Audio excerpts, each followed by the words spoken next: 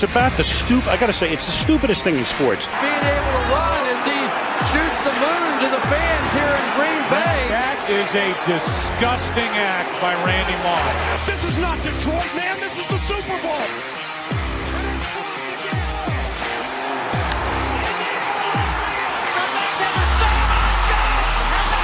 Here we go. Down from the gun.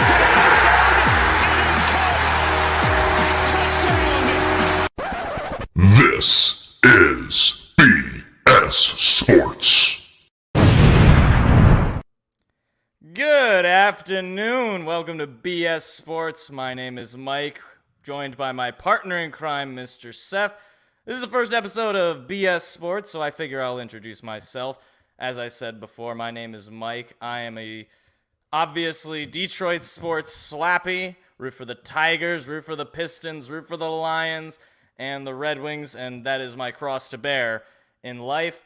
My whole philosophy with sports is I come at it from a, generally speaking, cynical but hopeful. I know that those seem like contradictory terms, but my friend Seth here, he knows exactly where I come from, where Very true. I have this desire to be optimistic, and every time I get so optimistic, I just come crumbling down to reality. And it doesn't It's true, matter. I've seen it. Yeah, it doesn't matter, what it is. It doesn't matter if everything looks like it's going the right way. It just all seems to come crumbling down. But Mr. Seth, why don't you go ahead and introduce yourself to the people? Sure. Hello, everyone. I am Mr. Seth, as Mike has previously stated. I'm kind of all over the map. Originally, I am from California, so I support some California teams and some not California teams.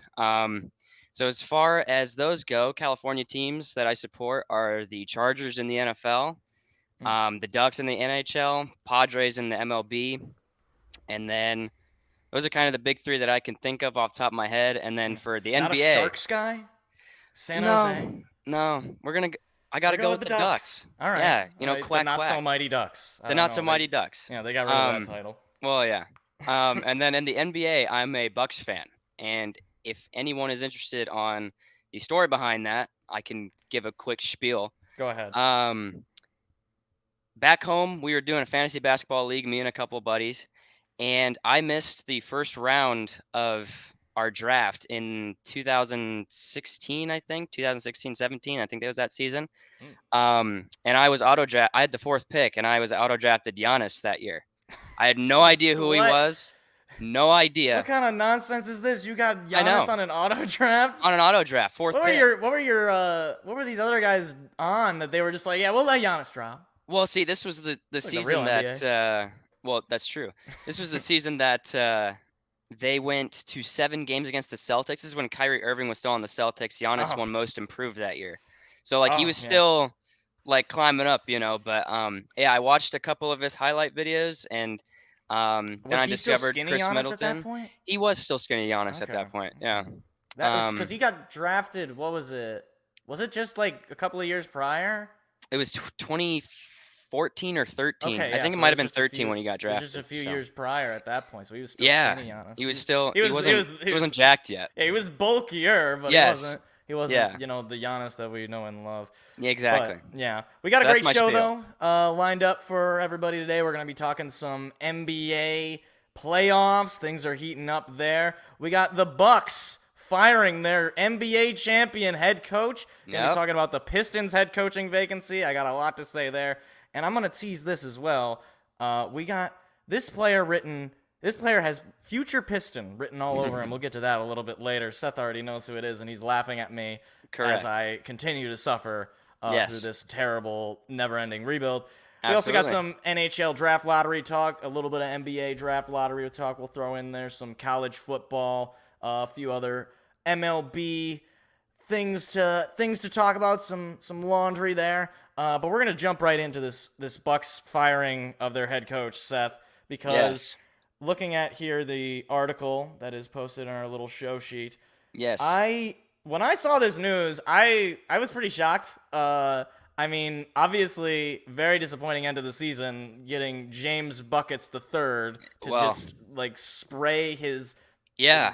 shot all over your entire team. Yeah, no, And it was bad. But I just don't really like. I don't really know. Like, my thing is like, I don't know how much the coach really does in basketball. Like, what does Coach Bud even, or what did Coach Bud even do that was like fire? Like, hey guys, let's get in the huddle. All right, Chris, you're doing real good. I want to see you penetrate to the basket. Somebody pass the ball to Giannis, and I don't know, figure it out. It's like, what is he like? The other thing too is, you could correct me if I'm wrong. I could be wrong on this. He was there to develop Giannis, right? Like, wasn't he the coach there for most of that point, or am I incorrect? As far as like development goes, I mean, Giannis was drafted. The coach was Jason Kidd at the time. Oh, okay, yeah, that makes sense. Yeah. And I think we hired Budenholzer. Man, what year was that? It might have been that year that we went to. It was that year that I started. So actually like 2016. Okay. 2017. So because I know he was the coach when they swept the Pistons. That I remember. He was. Yes. That was a great day. As it turns out, a Absolutely. team built around Andre Drummond is not going to go far in the NBA playoffs. I Well- don't know. It's a mystery to me.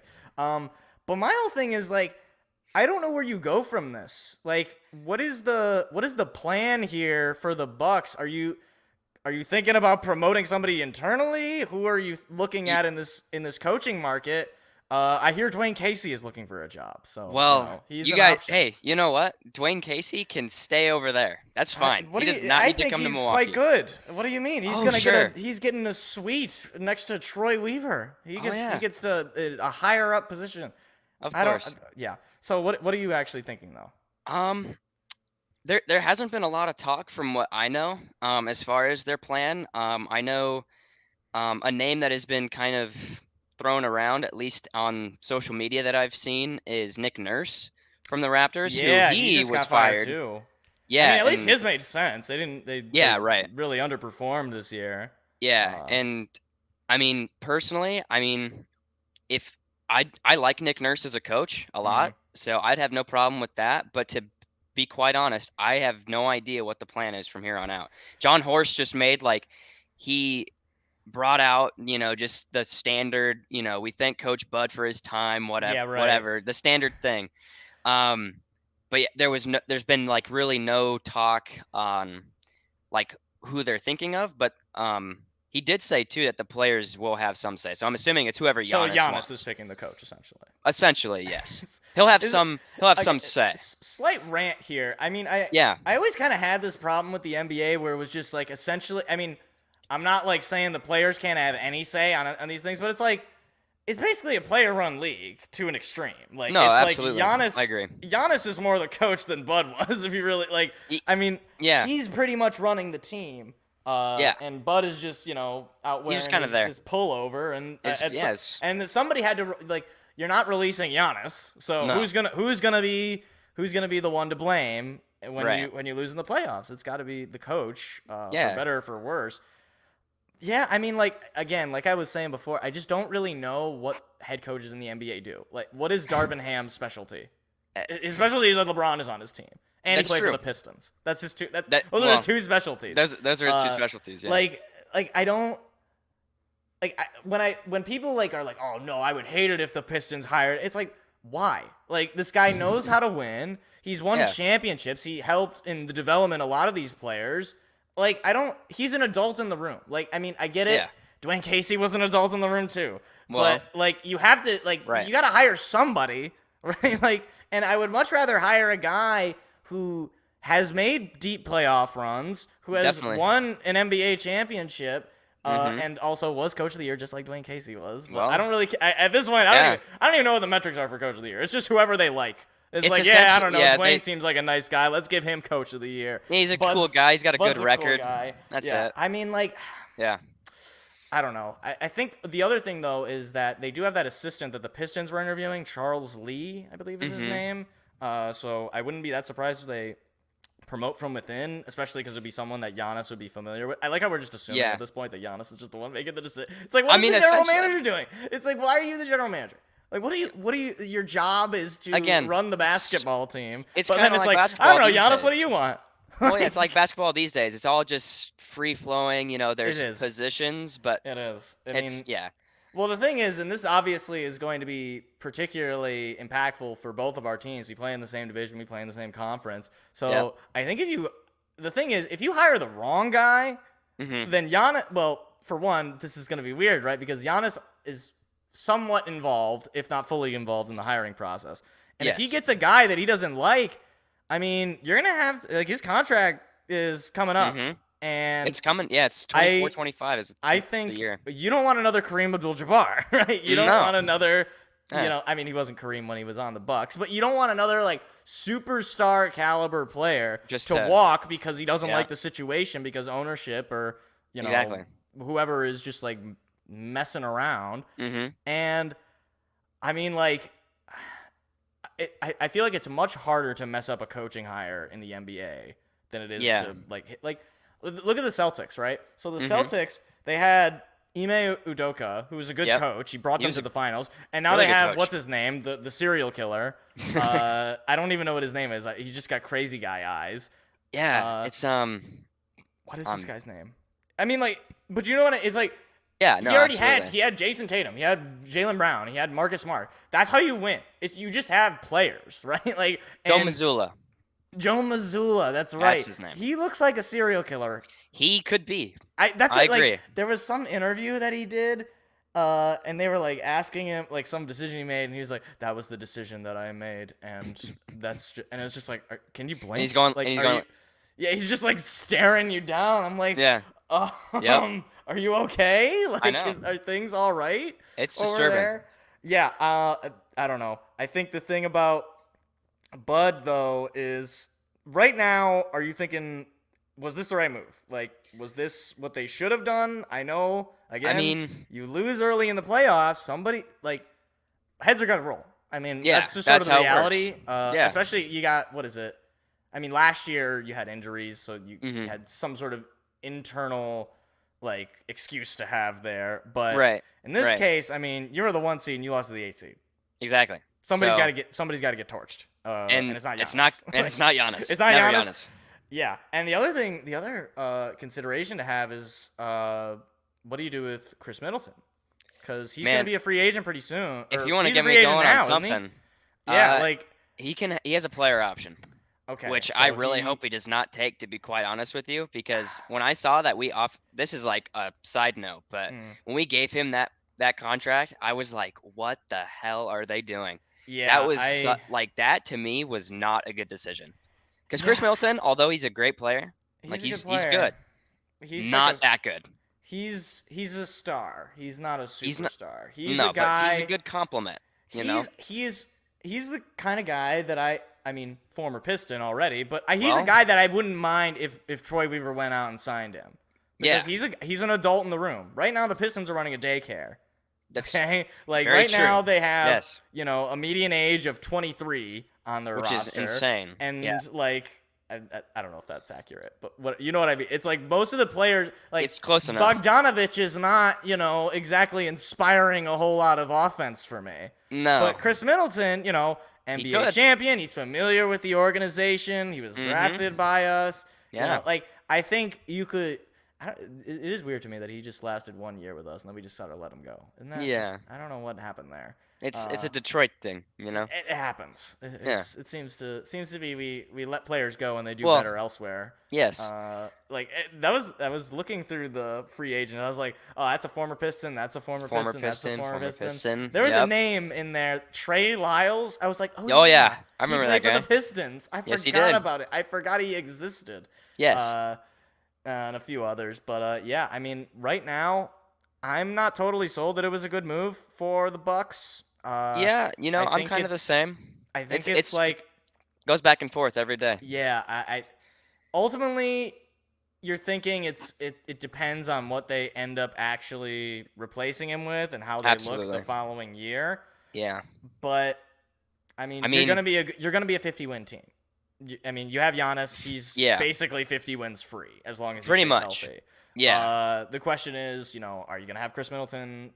How's Drew Holiday? What's his situation? I mean, as far as injuries go, or is just Well, playing just like, in general. are you gonna have control of him? Like, is he going to be on the team next year? I believe so. I think his Okay, so you contract got- still has a couple You got of years. Giannis, you got Drew. I believe. You should, or Brook Lopez is a free agent. You're gonna have to make a decision on him. I hope we get Um, him back. Maybe you could bring back PJ Tucker. Well, hey, I mean, he was on the I don't know if he's a championship free team. agent. I mean, Maybe make a trade. yeah, we'll steal him back from Philly, Yeah. But yeah, I don't know. It's gonna be interesting because No. I do think there's pros and cons to the firing of him because there's some games that I have seen where I'm just, especially the games in this Miami series, where I'm just like, what is Right. he doing?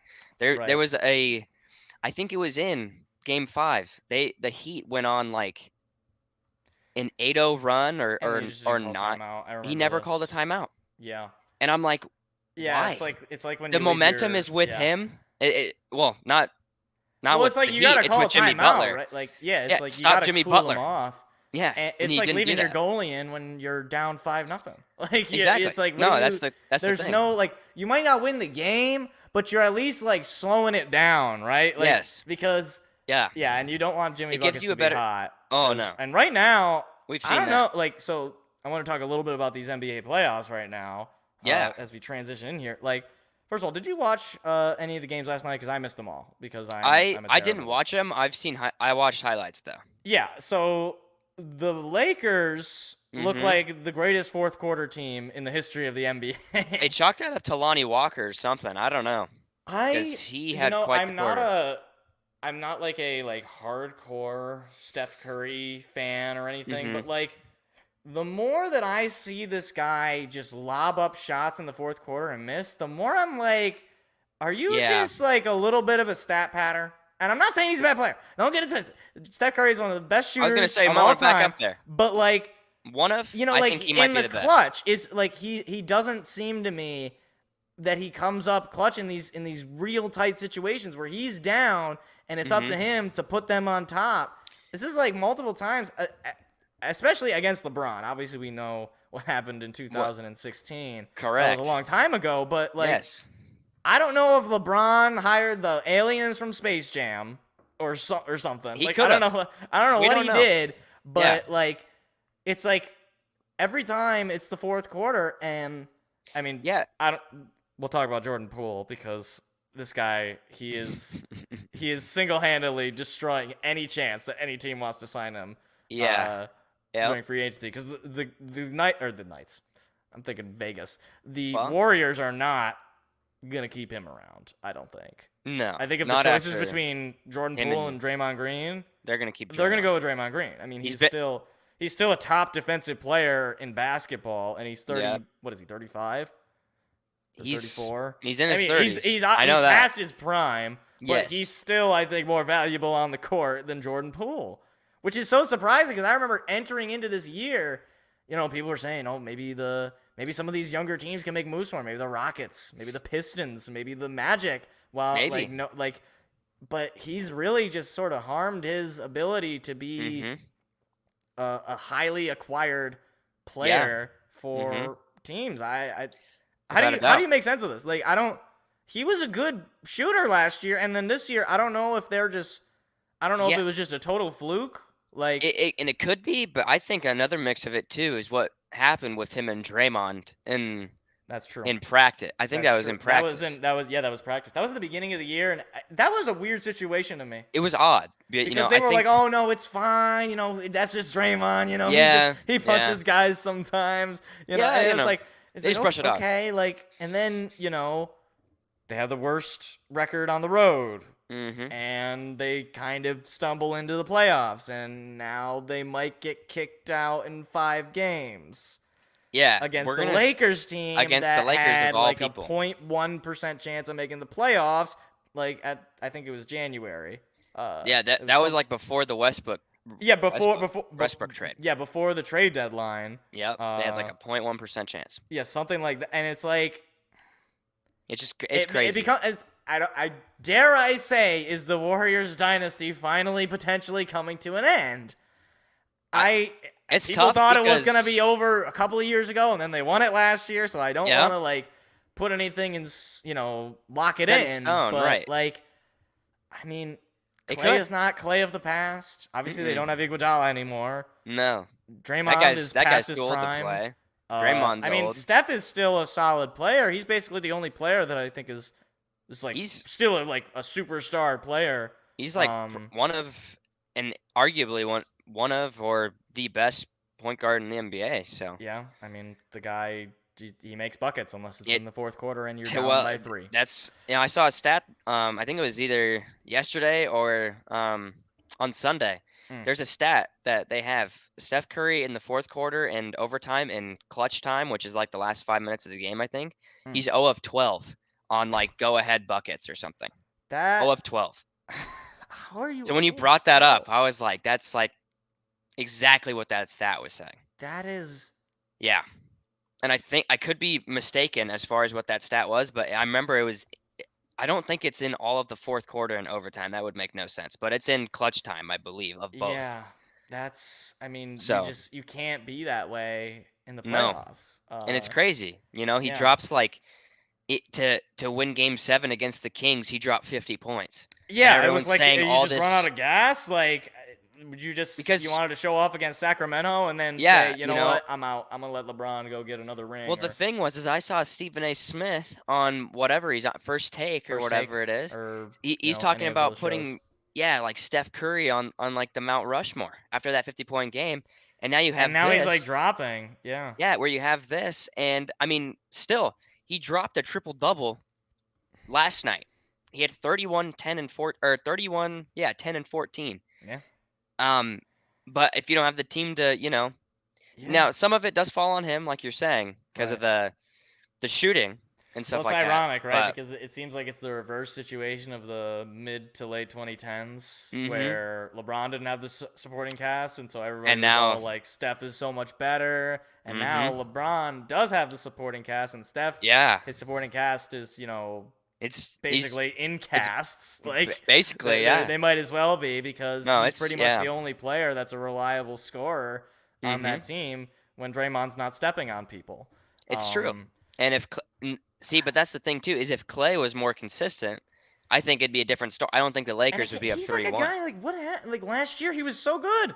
Mhm. It's like, I mean, I get it. These things can come at you fast. Players, Yeah, like, yeah. age, you just, one year you're solid, and then the next year you're, Shaq for the Celtics. Like, Yeah. but like, it's like, I don't know.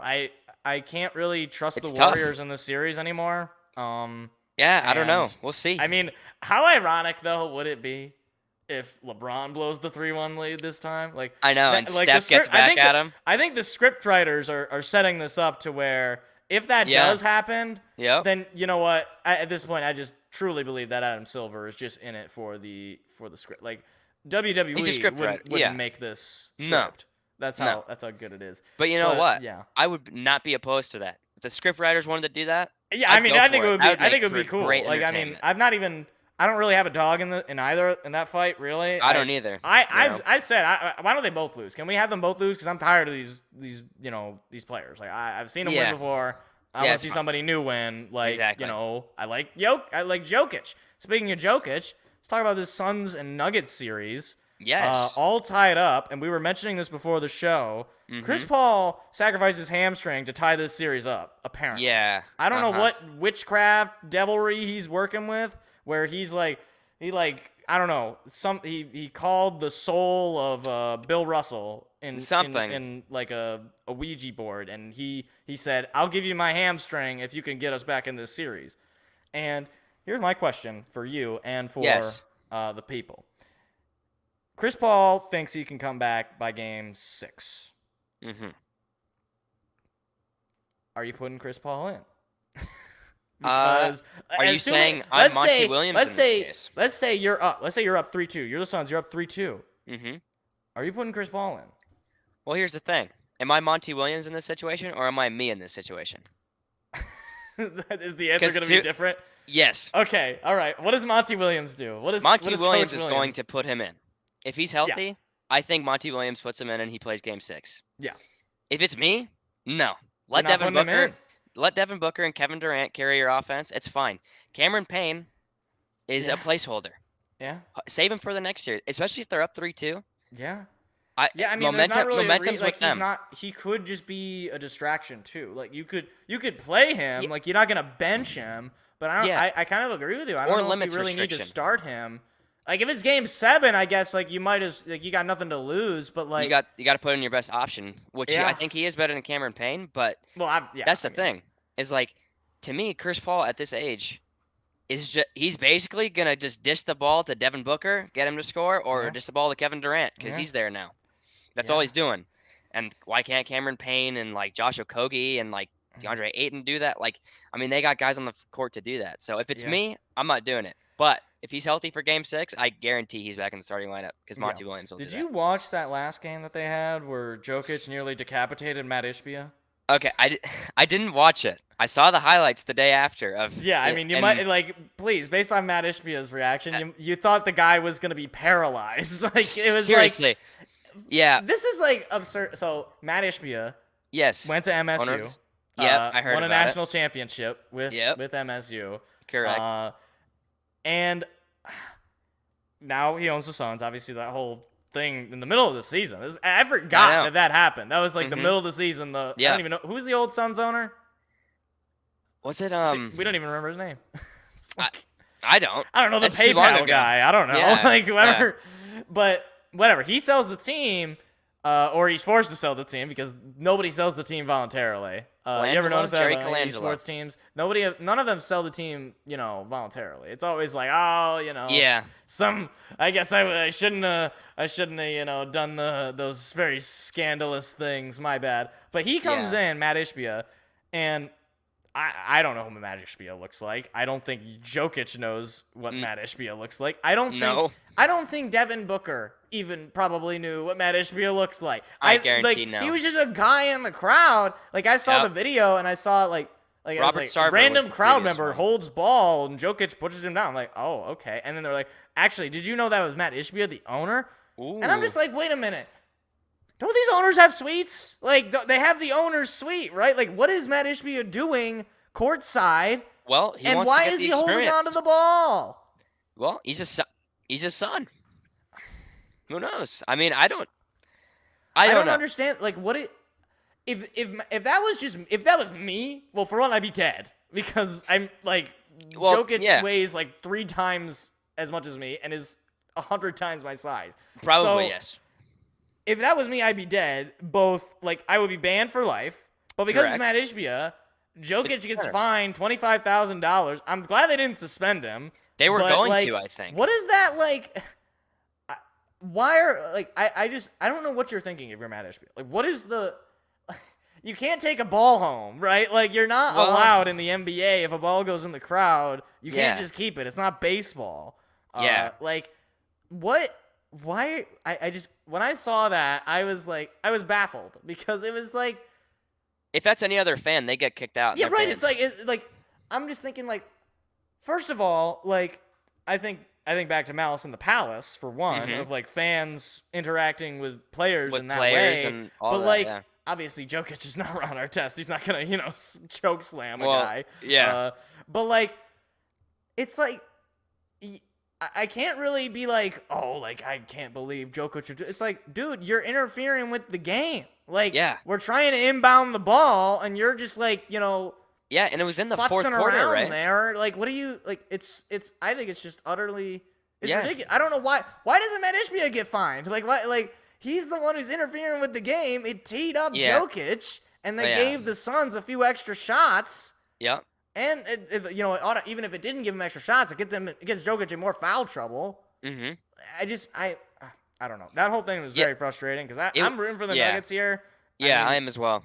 I want to see Jokic like, go to a final. I want to see just the Nuggets. I mean, they're like the saddest franchise ever. I think there was some stat I heard where it's like they have the most amount of playoff wins without appearing in a finals or something like that. And it's like terrible. That is pathetic. Like that is so sad that That's awful. You can go, how like because whatever it is. They never won the conference. They never this is like I can't remember the last time were they in the conference finals the year the Suns? No. They who did the Suns beat that year? Was that was the Clippers, I think. Yes. It was the Suns and the Clippers. But, so, I don't know. That series is going to be interesting, though. I think that's pretty much anybody's series. The NBA, I think at the bubble during COVID, I think they made the conference finals against the Lakers. well, of course. Well, The yeah. script writers were not going to allow that to happen. No. They wanted at least one person to watch that. Correct. And unfortunately, there's no basketball fans in the city of Denver No. that want to watch, Disney World basketball. Correct. But no, I think that series, I really don't know. I think It's hard to say. It's like this Chris Paul thing. It just concerns me. I Yeah. don't know what you do as far as what happens when he comes back, because And I think I think we're on the same page on this. I say you don't bring him in. Yeah. At least for this series. Yeah, you just let Booker and Durant. You start the conference finals fresh with Chris Paul. Yep. And if it doesn't work out, then just switch him out, I guess. But I don't know. I think I go back and forth because Jokic is still young, right? Yeah. He can definitely win a title. Whereas with Chris Paul he's old. He's not long for this league. I don't know when he's going to retire. He's probably going to retire before the end of the decade. I would assume. Oh yeah. I would hope so. Yeah. We don't want an MJ. No way he doesn't. situation. I think he's in his mid-30s, right? Is he Yeah, 35? he's close to 40. Well, he's been in the league since before HD television. Let me see how old he is. Chris Paul is 38. Yeah, so he's probably got one, maybe 2 more years after this. Yeah, 100%. And he's probably not going to be If healthy that. if he does. I was gonna the say second if year. that. Because he's already Injury. injury prone, and Yep. you don't get less injury prone when you get older, unless you're Nope. LeBron James, and I don't know. Correct. And You eat pancakes every meal. Correct. But I don't know. I mean, that series is very interesting. But I want to briefly mention this Knicks In the Heat series Yeah. because I don't think I've ever seen such a outmatching of teams. Tell me if I'm wrong here. Julius Randle to me, he's pedestrian. I just don't every time I watch Julius Randle play, he just it just looks like he's lost. And I'm not a Knicks fan. I don't watch a whole lot of Knicks basketball. Well, But I look at their team. I look at the best player on their team, which is maybe was it Brunson? Jalen Brunson is probably the best. Julius Randle, Jalen Brunson are their two yeah, dogs. they're two guys. But with the Heat, you got Jimmy Butler, who is better than both of those guys. In the playoffs, 100%. Yeah, playoff Jimmy Butler is undefeated. I got a first-hand experience of that two times now. It's getting to the point for me where I kind of am just really liking Jimmy Butler just as a player, and I don't really like the Heat that much. Yeah, and I really like Jimmy Butler as a player. I would just like to throw that out there. He is so much fun to watch. The guy, he really is. He is so dedicated to the craft, and that's what I love about him. The guy he's just there to ball.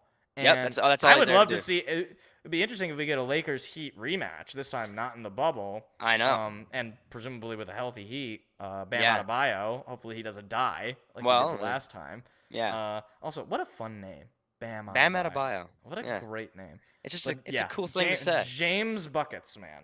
James Buckets the third. He's a nut job.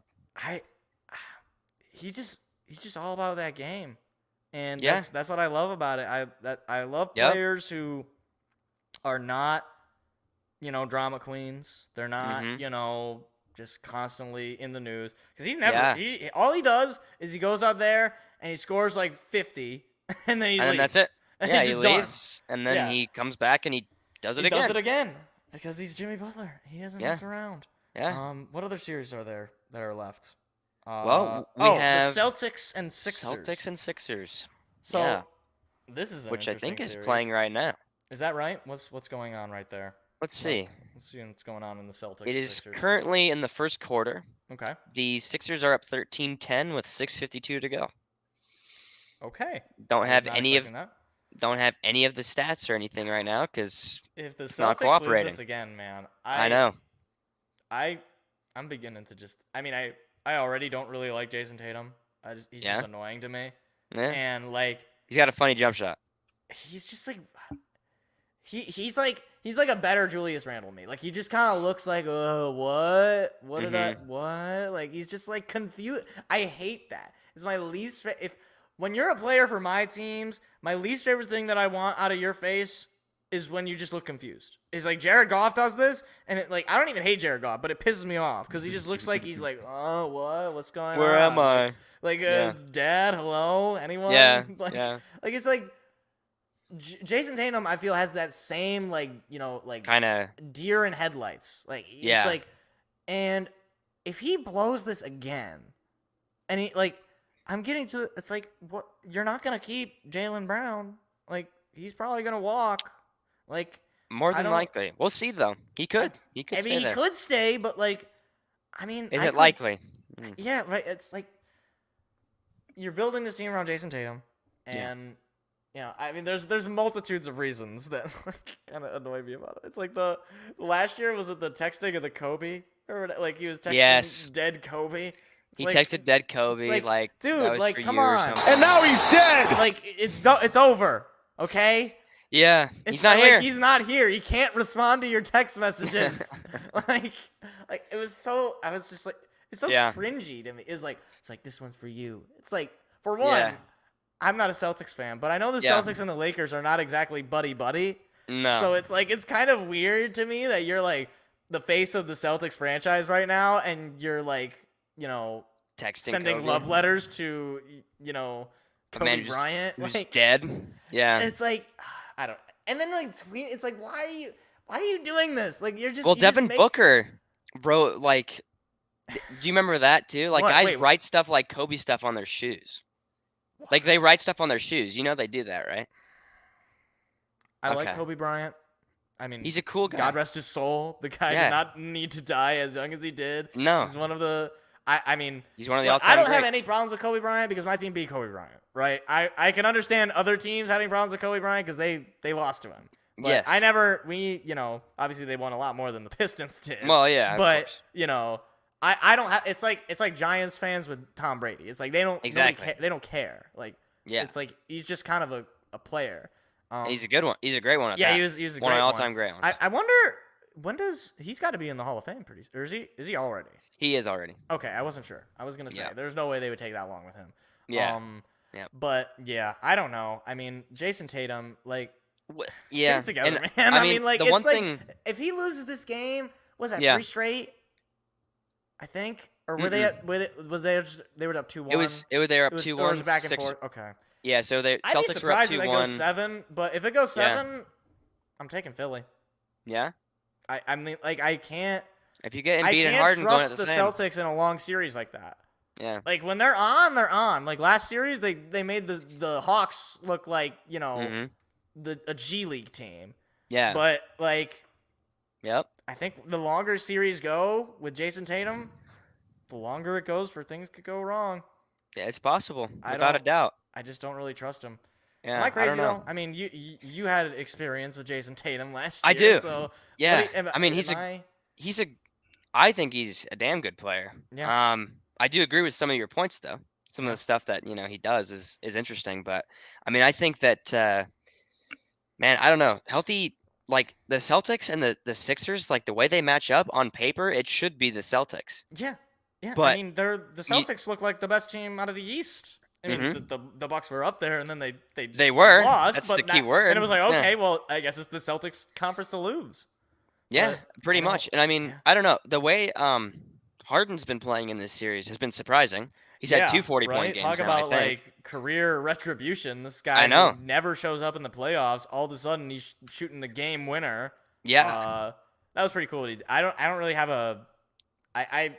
I kind of always made fun of James Harden just because he's kind of, I don't know, he's kind of make funnable. Yeah, I I've never been I can't a really fan describe of his. it, but Yeah. I really like what he did for that MSU student. That was Yeah, he was there at the awesome. game for that too. So yeah, it was I awesome was, that Philly I was won. thinking maybe you should bring this guy to every game. I know he might be a good. It's like you luck might charm. as well keep bringing Yeah. him until you lose. Exactly. Then you can exactly. send him off to the streets. Exactly. Just Back kick to him- MSU. Yeah, send him away. Yeah. But yeah, I don't know. That series is very interesting. It'll be interesting. Yeah. Absolutely. Yeah. But speaking of interest, Yes. I teased this at the beginning of the show. Correct. We got a player. I saw this post. It was a tweet on Bleacher Report. I'm not on Twitter, so I saw them posting it. Mm-hmm. So we got a player right now in free agency Correct. who has left his former team in disgrace. Mm-hmm. Is generally speaking hated by the league. Yeah. Well. Yeah. is not going to be signed by a good team. Unless you count a Chinese team as a good team. The Shanghai Sharks are The always Shanghai looking. Sharks. Correct. From at the NBA Central on Twitter. Detroit has been mentioned as a team to watch in terms of potential suitors for Dylan Brooks. Wow. Dylan Brooks. What a player. What a guy. Dylan Brooks. What are we doing? I don't know. What are we doing? I mean, like, what's the goal here?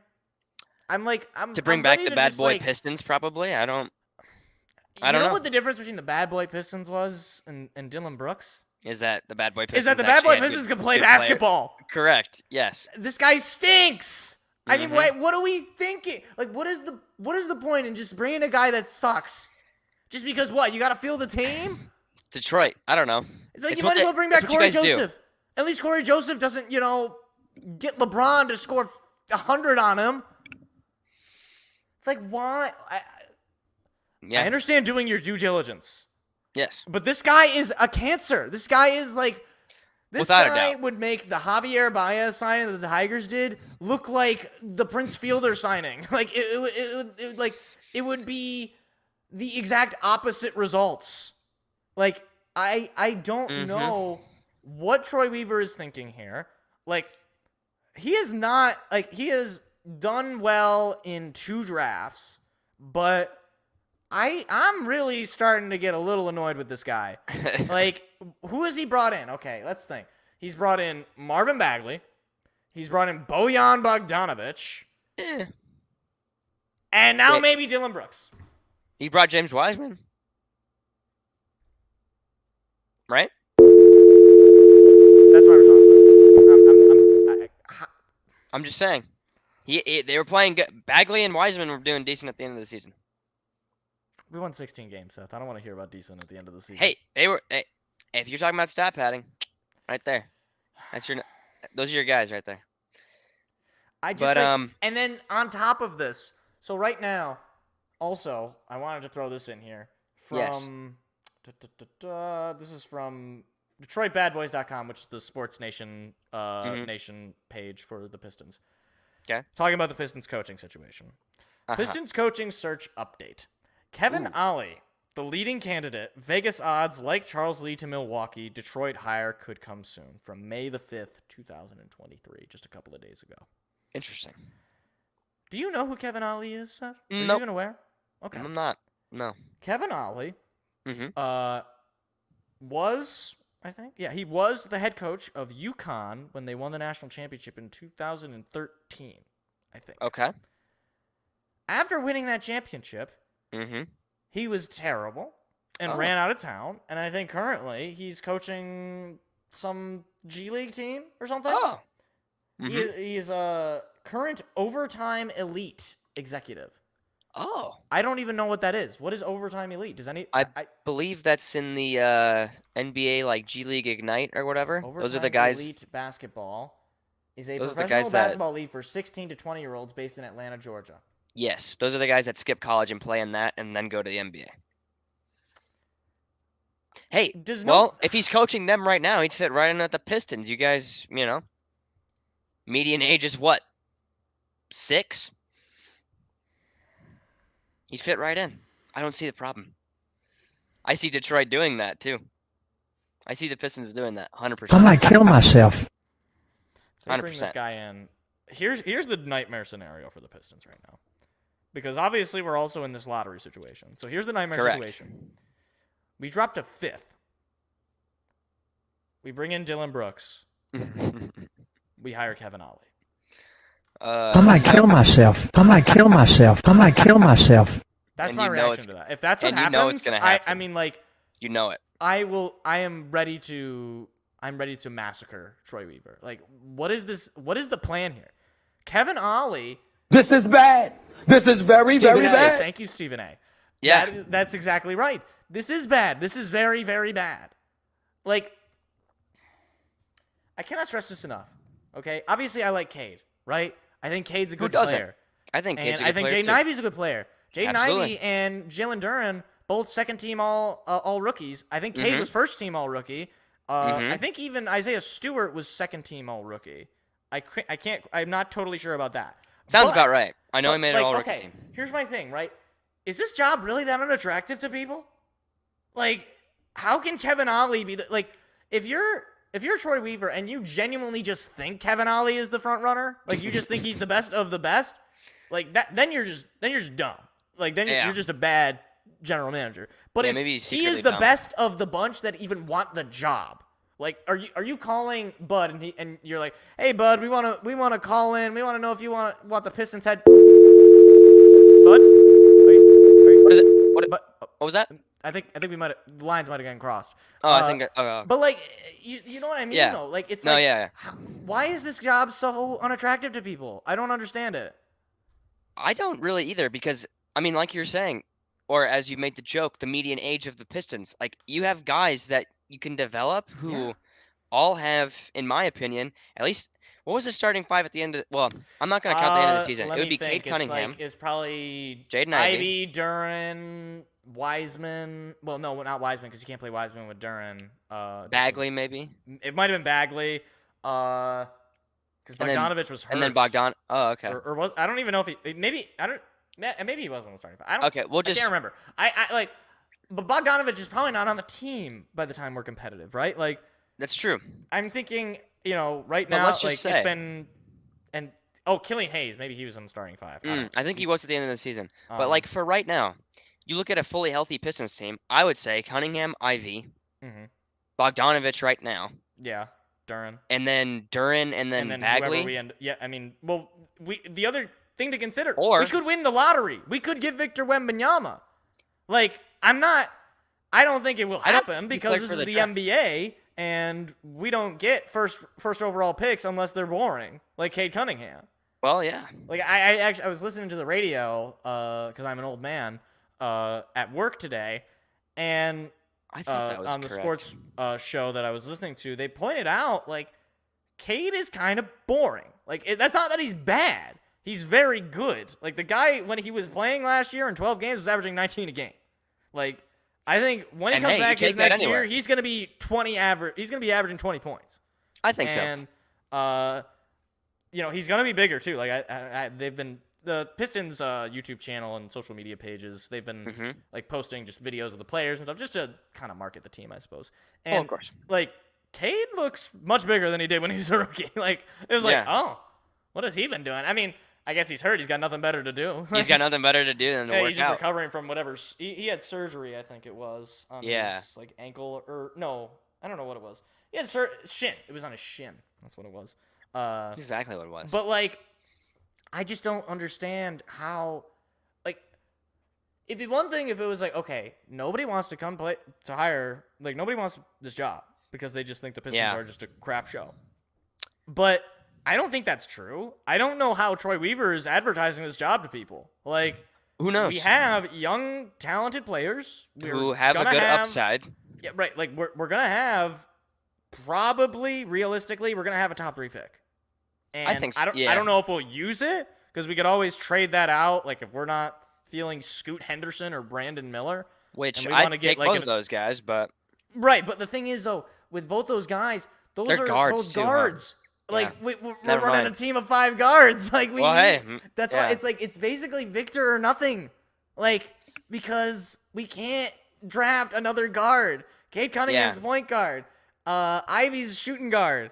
We can't add another guard, or else they're not gonna play. They're not gonna be a starting member. Like, and then it's Yeah. just we're just doing this cycle where we got Jaden Ivey coming off the because Cade is not coming off of the bench. Cade, you picked number 1 overall. He's on the floor every single day, no questions. Like, Correct. But, like, you can't take another guard, and that's I get it. The class is deep, right? Like this is supposed to be a good draft class, but Supposedly the is, top yes. 3 guys Two of them outside are of guards. Victor are guards.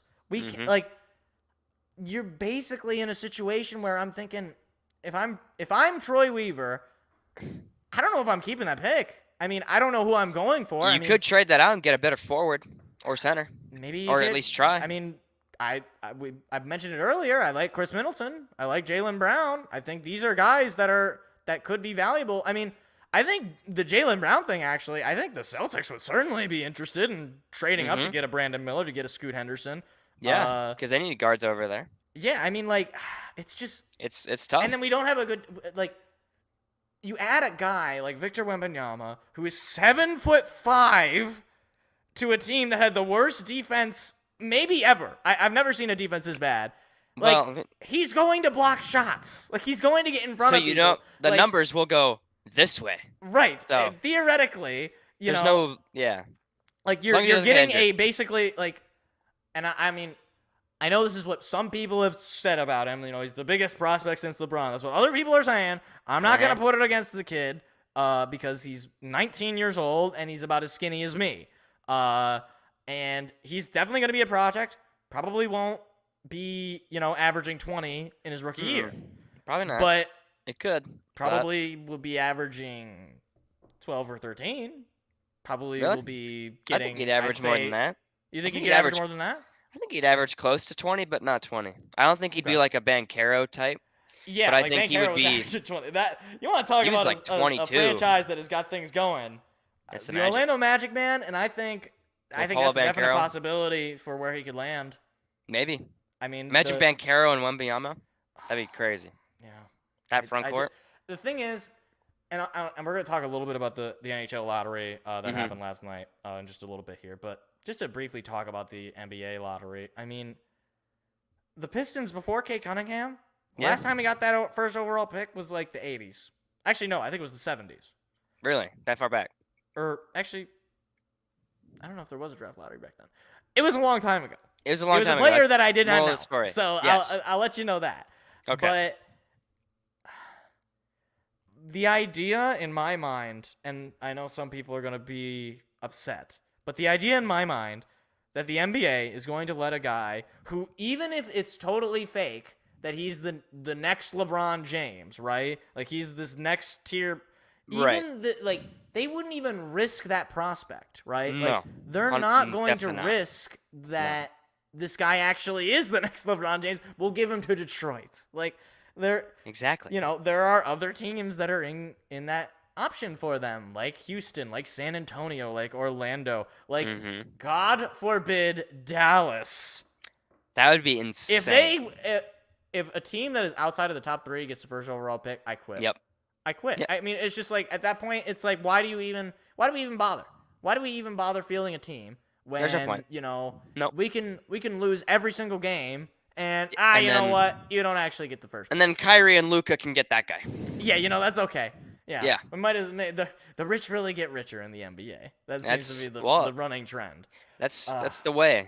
But I just like it's tough. We'll see. Yeah, you just have to wait and see. You just. When is the NBA lottery? Is it in? Yeah, I think it's soon. NBA draft lottery. It must be. It is Tuesday the 16th. Oh, so we'll probably a week from today. Be live for that. Yeah. So that'll be fun. Yeah. I mean, it's just the Victor Wembanyama sweepstakes. Pretty much. I mean, like that. Like that's what people are interested in. That's kind of funny to me. Like. They might as well just have that be the draft. Like, where does Victor go? Because it's like Victor might as well just show up. Like, what team are you gonna go to, Victor? Like, it's all just a formality. I mean, like, yep. It was the only time that it's not a form. Like when the Pistons won it a couple of years ago to get Cade. I remember leading up to that draft was very stressful because it was like, oh, I'm hearing they really like Jalen Green. I'm hearing that Suggs. Yeah, that was Suggs' draft year, right? I believe so. Yeah, Jalen Suggs. Yep. I was like, just take Cade. Just don't think about it. You could literally, you have the first overall pick. Tell the media I am taking Cade Cunningham. There is nothing they can do. Like I don't understand why they don't like just do that. Just like say who they're like. I mean like who they're gonna take. Like the Blackhawks just won the draft lottery. I wonder who they're gonna take. Why are they like just? I'm taking Connor Bedard. Like you might as well already start talking to him, but that's a whole other thing. Yeah. But we'll see. I'm praying, please. Yeah. Because if we get Victor, then okay, all right, we're back to square one. We're back. We got this potential superstar player gonna be playing, on the starting 5 every day, and he's only going to make other players better, and other players are going to make him better. And it's going to be way easier to get free agents. He's going to make Dylan Brooks way better. That was uncalled for. So much better. That was uncalled for. Dylan Brooks is going to have a fun time playing with Victor. That is a disgusting act. That was uncalled for, Seth. But it was good because you weren't expecting it. But I was. Because you know it's going to happen. You literally said it yourself. Piston. He is. Dylan Piston Brooks. That's what makes me so sad. Is that it's like I see before that rumor even came out, I was just written like on the wall. oh, like because we were when we do show prep, we just sort of put things in. I was like, yeah, you know, I'm gonna try this angle. I'm gonna see what Seth thinks. And then that article comes out, and I'm like, oh my gosh. Yep. Are you kidding me? I feel like that just confirms it. Like, cause then it's like, why? Why is he even? Nobody should be in the running for Dylan Brooks. Nobody. No. Nobody Nope, other China. than the Beijing Thundercats or like whatever. Shanghai Sharks. Name other Chinese places. They take them. What other Chinese cities are there? I don't know. The Hong Kong Hillbillies. I don't know. Yeah. The G League Ignite. The G League Ignite. He goes who back knows? down. Yeah, can you even do that? Can you go back No. down to the G League? I was gonna say. Nope. He's I'm too pretty old. sure he would put up 40 on them. Like, Yeah, the guys in the G you League. would hope. Yeah. You would hope, but honestly, who knows? Maybe then he could be a villain. You know, Yeah. when he's playing be against yeah. not children. He could be going against 30-year-old, 40-year-old men. Yeah, that's always an option. Speaking of options, Yes. the NHL Correct. draft lottery was Mhm. yesterday evening. And as forementioned earlier, the Chicago Blackhawks won the Mhm. lottery. Let me pull up the Tankathon. I believe they moved up two spots. Anaheim, your Ducks, fell down one spot. Columbus Blue Unfortunate. Jackets fell down one spot. And my Red Wings did not move. They stayed at 9. There was no other movement. Like, everything was exact. Yeah. Like, the only movement was in the top 3. So I'm particularly upset by this. Not because I really thought the Red Wings had a running for Connor Bedard. They had a Yeah. 5% chance of winning the lottery. Probably Yeah. wasn't going to happen. Yeah. But I am frustrated that Chicago won. Because, for one, I don't know how invested you are in hockey lore. Not but too much at this Chicago- point. Chicago had a little oopsie during their little dynasty in the mid-2010s, Mhm. where there was a lot of cover-up of some sexual misconduct. I think there was some players that were abused by some trainer, and they were hiding it, and all those sorts of nonsense. So people are just like not a big They just fan. don't like him. And they got fined a certain amount, and the thing Uh-huh. that was going around today is after getting the first overall pick, they made up the money that they were fined in season tickets. So basically, the NHL essentially rewarded the team, like they punished them, but Mhm. it's like they made it all back within the year. And Yeah. I mean, like, the thing is Connor Bedard is going into an absolute dumpster fire of a situation. The Chicago Blackhawks were terrible this year, and they have Mhm. nobody. Like, the thing about, if he would have gone to the Ducks could have made the playoffs. Chicago Blackhawks, they might flirt with 500 at the high end, but I don't know. Yeah. He's going to have no supporting cast. He's going to have no real adults in the room to help him grow and Mhm. develop, because Patrick Kane is gone. Jonathan Toews is like dead. I think I'm not even. I shouldn't even say that. Like, he But- has like long COVID or something. I don't. That's what he says. He's suffering from the effects Right. of long COVID. I think he's just old and he can't. He's play. old. like Yeah. whatever. Something must have hurt him. Or whatever. An excuse But- like that, that's probably the case. Yeah, right. Like, I mean, I don't even know who's on this roster. Like, I'm gonna pull up their roster, and I'm not great with hockey names, but let me see. We're just going to go for it. I'm going to try to recognize some of these names. So, this is hockey reference for this year. But let's see. They have a guy named Jason Dickinson. Oh. No relation to Hunter that I'm aware of. That guy. Tyler Johnson. I actually do know him. He's familiar. I don't know if he's Okay. good, though. He had 32 points. He is not good. No. Let's. Yeah, I mean, like, oh, they still have Peter Mrazek? I didn't know he was still playing. Please. He had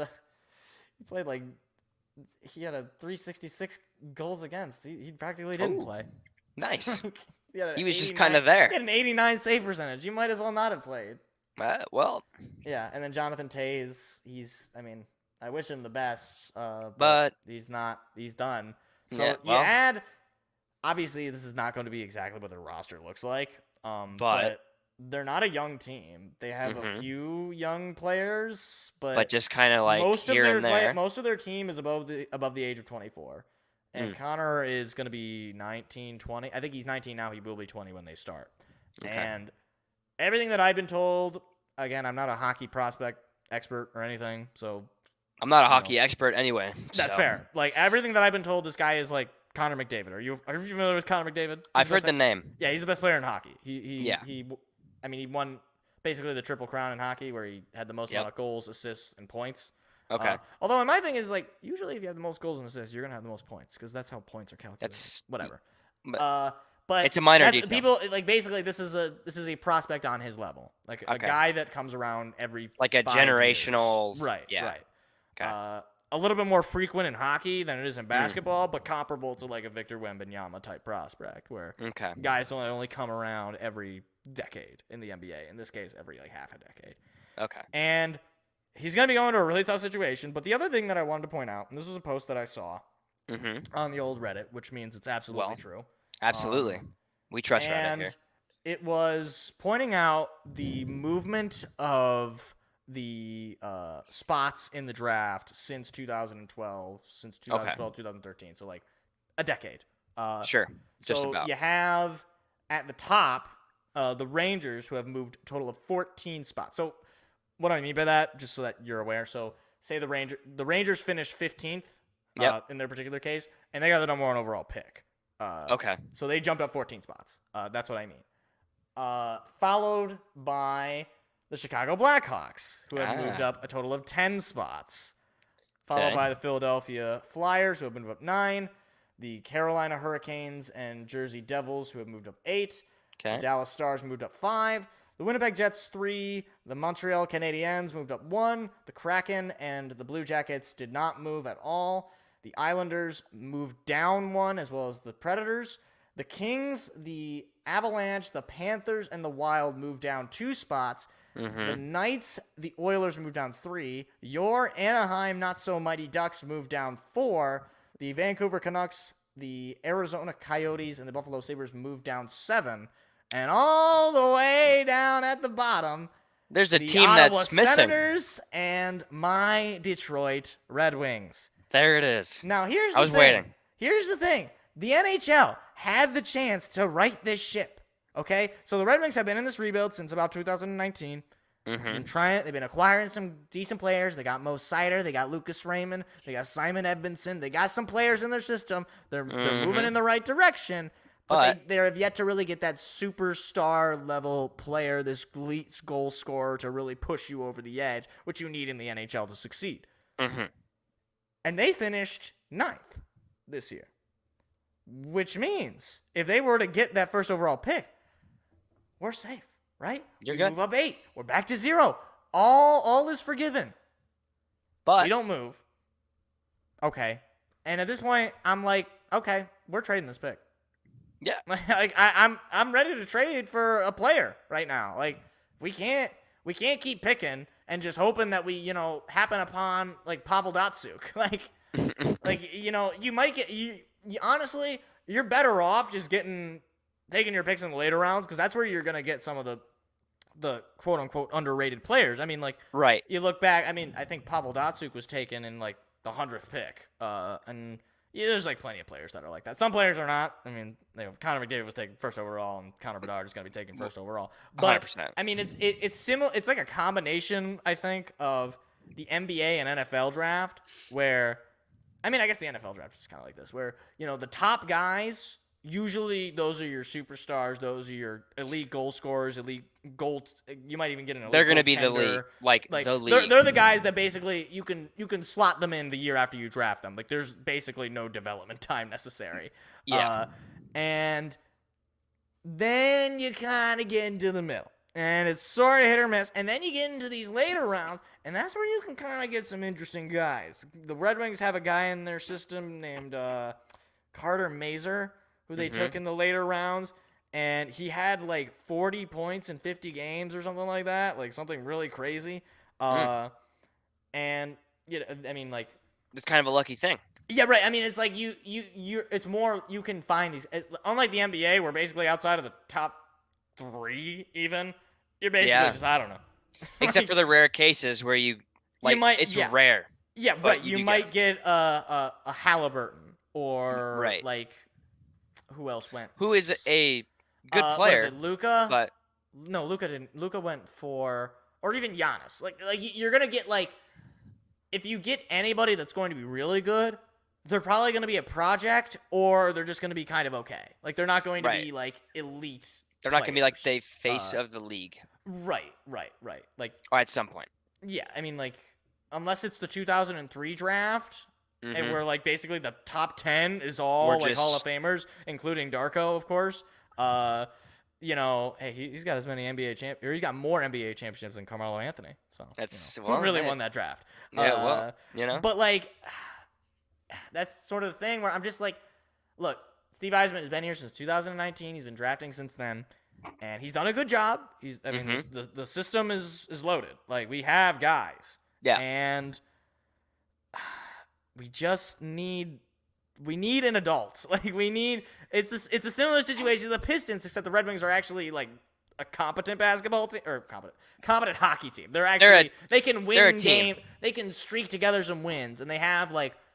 More than like, young players to look forward to and watch. Right. But is that gonna drop? Oh, you loser!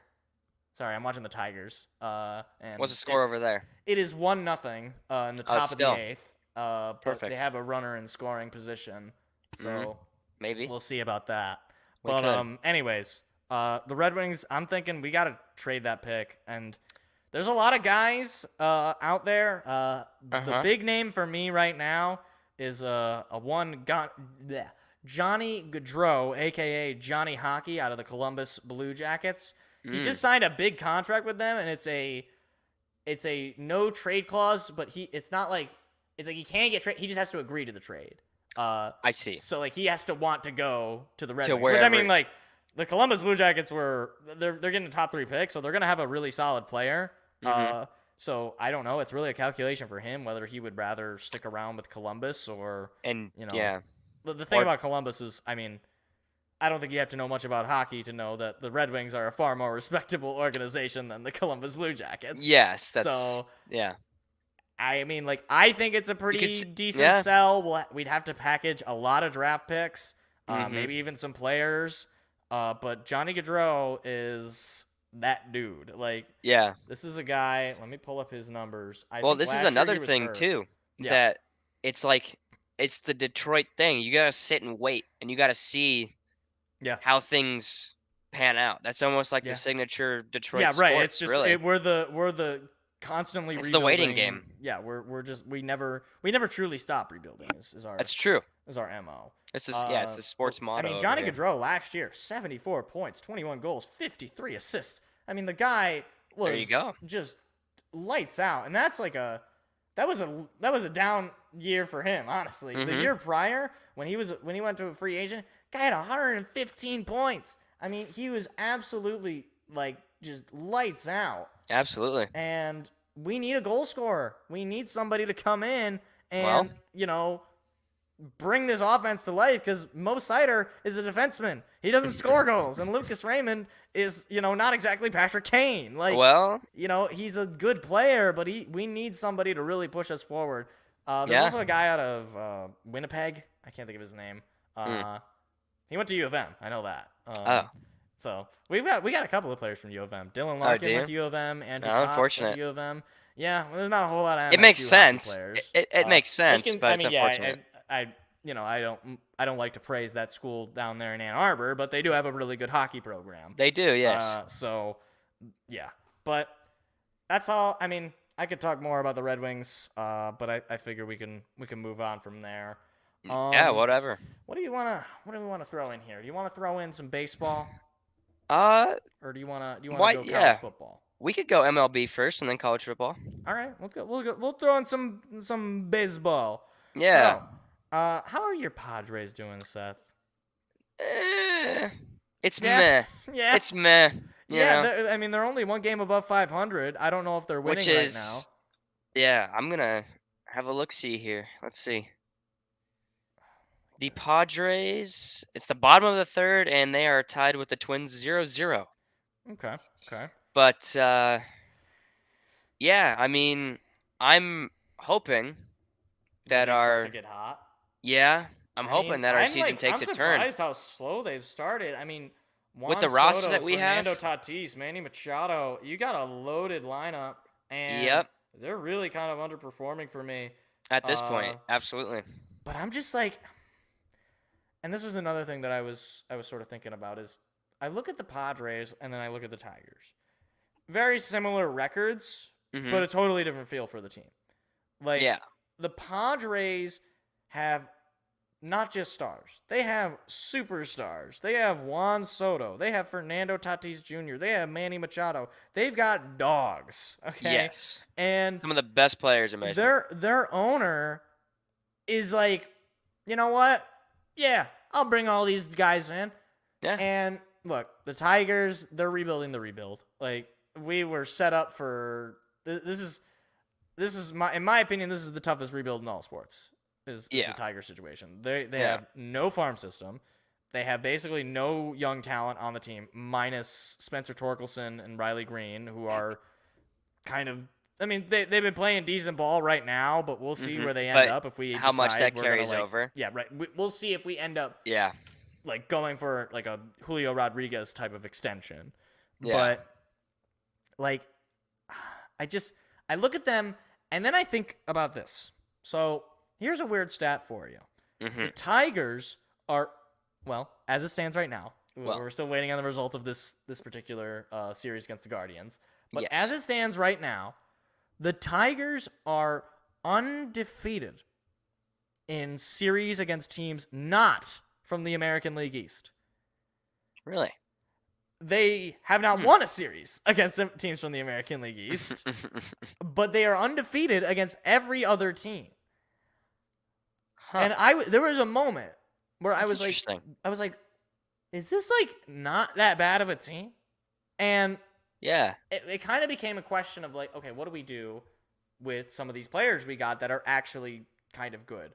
So we have starting pitcher Eduardo Rodriguez, who is top 5 in the league. I posted the Fangraphs page just to run down his stats. I mean, the guy has been completely lights out. Like, he's got a top 5 ERA in the league. He's got a 181 ERA, a 1.1 WAR, 23% K rate, 4% walk rate.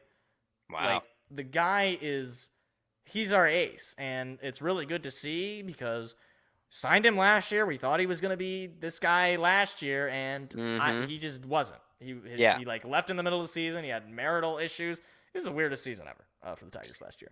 Well, and like the thing is, he has a little bit of an albatross of a contract, but he has an opt out. And if he keeps pitching like this, and the Tigers are not good, right? Which they probably aren't. They're probably not going to finish above 500. They probably win, I'm thinking, 70 games. He's gone. Like, he's not sticking around. So, right now, I think teams got to be thinking, what kind adding of trade? A guy with a sub-2 ERA to our pitching staff down the stretch sounds like it'd be a pretty good addition. That's pretty valuable to me. But the thing is you got to trade him pretty quick because you can't trade him at the deadline because then it's like, was the deadline in August? You got like 2 more months. Like, and you're not going to get a whole lot of that. But if you trade him in June or you trade him near the All-Star break, maybe probably get a few hitting prospects. I know some teams will certainly overpay for him. Because they're I mean, for one, they're figuring, right, that like this is a long run. They're figuring that like he's gonna opt out anyway, right? Yes. So they're getting him for right now for this 1 year that he's gonna be good, and go all in, right? Like we're trying to win the World Series. Let's add this guy who's a stud, to Yeah. our rotation. Exactly. And yeah, I mean, like, I think we got to be in the business of trading this guy. Like, Yeah. I don't know. Well, But especially in the rebuild stage, yeah, you would think like that's like a perfect almost like recipe almost. yeah, Kind of because what you're saying, guys are going to overpay, yeah. especially some of these big teams that, might want him and they Mm-hmm. want to make a run. I bet they would do that. And Yeah. then the Tigers are sitting pretty for, however Yeah, and we it need to works load the out. farm system. Like, we have Yeah. nobody. Essentially, our best hitting prospect is a guy who we traded for last year. Like, because or I guess to start this year with the new general manager / president of baseball operations. Mhm. Like, he's already, in my mind, kind of proved to me, like, yeah, he can trade for some decent bats for players that, in all honesty, weren't really all that good. Like, Joe Jimenez, he's a solid arm in the bullpen, but he's not, Aroldis Chapman. Like, he's not, lights out. Yeah. He was last year. I'll give him that. But, I mean, like, the other thing, we traded Gregory Soto to the Phillies. We got Matt Vierling, Nick Maton, and I think somebody else. I don't even know what. I think he's like a minor league pitcher or something. But, like, Vierling and Maton, well, Maton stinks. He's terrible. I don't know why he's still on the team. We should send him down to AAA to give him some confidence or something. But Vierling's been fine. Like, but Vierling is not, a star, right? I mean, he's a guy. He's fields pretty well, and he's got a pretty good batting average. Not really, He's just kind of a guy. He's just a dude. Yeah, he's just a guy. Like, he's not long for the team, but you got value. That's you traded an arm that you were not going to pay, and you got competent bats. And now, when you trade a starting pitcher, an ace like Eduardo Rodriguez, you could get foundational pieces. I mean, and especially like needing to boost the hitters. Yeah, I mean, you like, get those. We it's have the trade-off. We have basically no hitters in our farm system, or like I mean, Yeah. I think it's like it seems pretty obvious at this point. We basically got to move him. It's just a matter of when and a matter of what teams even bite. Like, I don't think your Padres bite because I don't think they have any prospects. Like, I don't think there's anything for you guys to trade. No, as far as like in that realm, and I mean, in my opinion, we're set. I think our roster is although it's not like it's not performing right now, but it's not performing now. But you look at it on paper, one of the best. Yeah, I mean, I don't know what you would move in terms of like. That's what I'm saying. I think like you just have to get out of the slump. Yeah, now, and it's early, so right now, there's it's like plenty of time. Kind of go through some growing pains. Yeah, I don't know what your schedule is looking like either. It could be a kind of weak schedule. Yeah, I don't even know off the top of my head. Like, it's a hard schedule to start. Not like Well, you could have some weak series up ahead to kind of get yourself ahead a little bit. Yeah, And that surprisingly, that NL West, that is a wide open division, and I thought that was basically the Padres or the Dodgers. Look out for the Diamondbacks because they're slithering. They're sneakily getting themselves into first place. They got some boys. They got some dogs on that team. Yeah, and I mean, I don't know. At this point, they're only a half a game behind the Dodgers. Yeah. So that's it'll be an interesting. I mean, I think at the very least the Padres are going to at least make a wild card, right? I mean, like, especially with the way the NL seems to be shaping. I mean, the Pirates are running away with it, but I don't think they're going to stick around too long. I think they'll probably come back to reality in some way. I don't think they're going to be bad, but I don't think they're going to be as like ahead as they are. But I mean, at this seems point, like the NL is pretty open. At the NL, the Braves are the best record in the NL. Yeah. At 24-11, and then which makes sense. Those guys that's a baseball factory, and the thing like, which thing is that's how we got Justin Henry Malloy. So, who is this big hitting prospect in our system now? We traded Joe Jimenez for us. Like, I'm just imagining like we could get an absolute haul for Eduardo Rodriguez, and then we also have bullpen arms that at the deadline those always go. Yeah, those are always like people will give you something. Like, I think it's a recipe, 100%. I think you guys can do it. I think it's got to be the move, and we'll see. There's another factor to this. with our old friend Javier Baez. Javier Yes. Baez is a similar situation as Eduardo Rodriguez, where his contract is a bit of an albatross. Yeah.